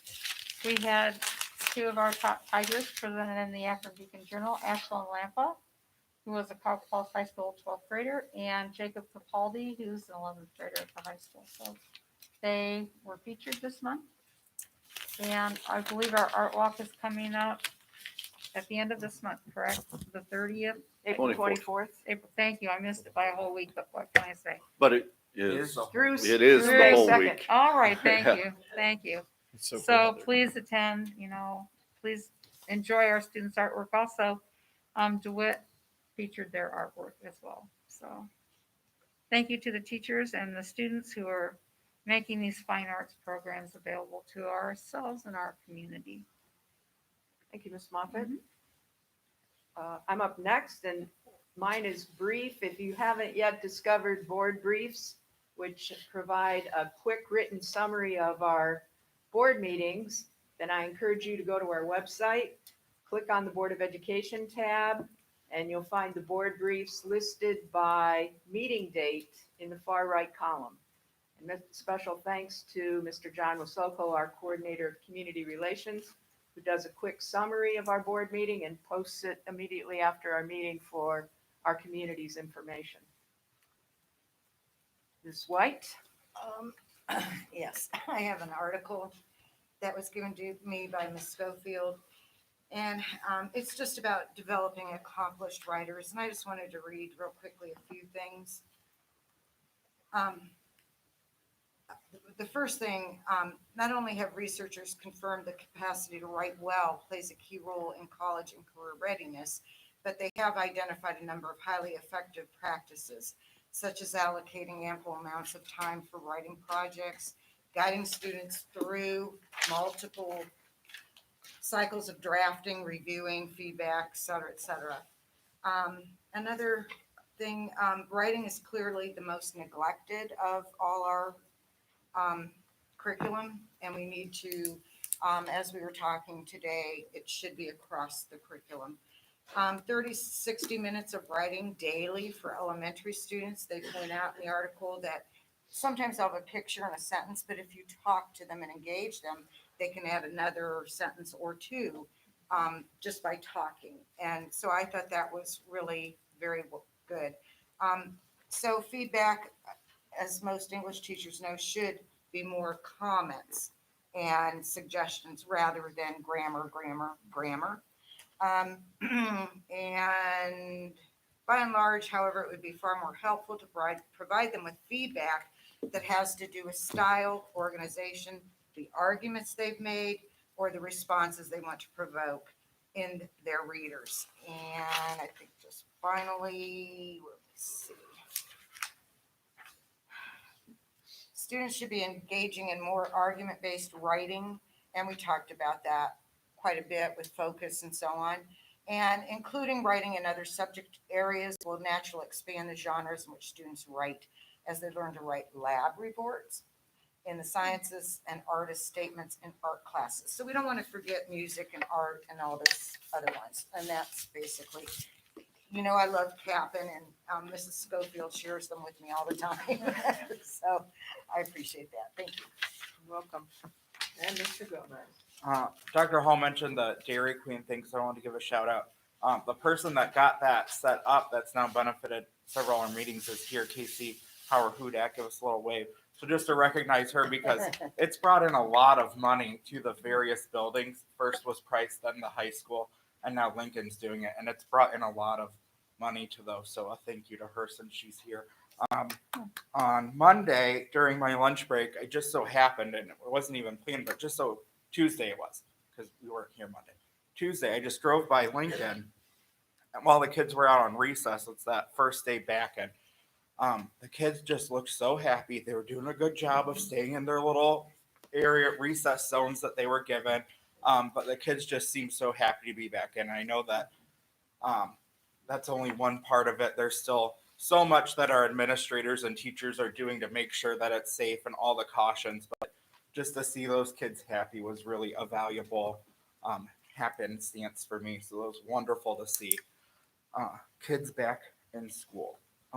And then I had an opportunity to attend our last PTO council meeting, and we had Mr. Wazoko was there, and he was presenting on the Come On Home campaign that, as everyone knows, I think should be a Please Stay campaign. And frankly, the conversation did not go well for Mr. Wazoko. The families in that room had a lot to say. They felt that what he was presenting didn't really speak to what the issues they have are. Families in that room who either have enrolled or are considering enrolling their kids in other school districts or private schools next year. And then he's coming to these people and telling them to take this out when they're not even bought into it himself. And I said to Mr. Wazoko, I said, I think this speaks to the enormity of the issue that the parents that are on our PTO council that are giving up a Tuesday night in the middle of a pandemic to come to an in-person meeting can't even feel good about taking this out and telling people to come to our school district. That really speaks to the enormity of an issue we have in connecting with our families and speaking to their needs and their concerns. One of the families that's getting one of the postcards texted me about it and said, and I'm just saying their words, that it was a glossy piece of garbage. Because after 8 years of them trying to get our district to hear their concerns, now once they've pulled their kid out, now we act like we care. And it didn't make them feel good. It offended them that only now that once they've pulled their kid out of our district, do we care what their concerns are. One of the people that was quoted in the March edition of The Roar by Mr. Wazoko is enrolling one of her kids into private school next year. I mean, we can't even find people to quote that in our articles that we're paying to put in the newspaper that are investing in keeping their kids in this district. And to the issue of those postcards that went out, we talked about what a big number they are. One of the people that got them is a senior who open enrolls in Woodridge and is going to graduate in 6 weeks. And she got a personalized note telling her to come on home. That doesn't make sense. That's not personalized. We didn't take the time to look at who the people on that list were. This whole campaign is such a waste because if we just took the time to have real conversations with our families, they will tell us what their needs and concerns are. A billboard that it took me 3 drives down Front Street to find. And even once I found it, I was driving 10 miles under the limit. I couldn't read any of the words because it's obstructed. There is a very nice picture of the bandit. I do like the band, so I did appreciate that. But you can't read any of the words. And then the report we got from Mr. Wazoko was that he's gotten more feedback from families that want to open enroll in our district because of this campaign than families that actually want to bring their kids back. And two of the most profound comments that were said at that PTO council meeting, one was from a parent who has already chosen to enroll their kids into a different school for next year. And she said, I'm sure you can find one of those open enrollment kids that I've been told for 8 years brings in more money to replace mine. And another parent said, this whole campaign is about trying to act like you care, but when push comes to shove and we have to have the conversation, you always show that you don't. And these are our parents. These are what they really say. So we really need to listen to people because they are so deeply frustrated. We all got an email this week of a parent that waited 20 days to hear back from a principal in our district. And it's not about razzing that principal because mistakes do happen. And I know that principal enough to know that that was probably a mistake. But they waited 20 days and the response they got from our district was, oh, they'll get back to you within 3 more days. Really? Why can't we just say we're sorry? Why can't that be our attitude? Mistakes happen and we need to own up to them. Everything we're doing is not perfect and let's just acknowledge it. Because until we are willing to acknowledge it, until we're willing to say we're sorry, we're never going to fix the real problem. Thank you. Item J, executive session. Pursuant to Ohio Revised Code, Section 121.22G1, It is hereby moved that the board adjourn to executive session for the purpose of considering the employment and compensation of employees or officials of the school district. Moved and seconded. Is there any discussion? We have a minute before we get there. Please. Let's roll call and then let's motion a recess. Dr. Hall? Aye. Ms. Moffett? Ms. Schofield? Aye. Ms. White? Aye. Mr. Gomez? Aye. I move we take a 10-minute recess before entering executive session. Second. Moved and seconded. Discussion. Roll call, please. Ms. Moffett? Aye. Ms. Schofield? Aye. Ms. White? Aye. Mr. Gomez? Aye. Dr. Hall? Aye. 9 o'clock. We'll see you at 9:10.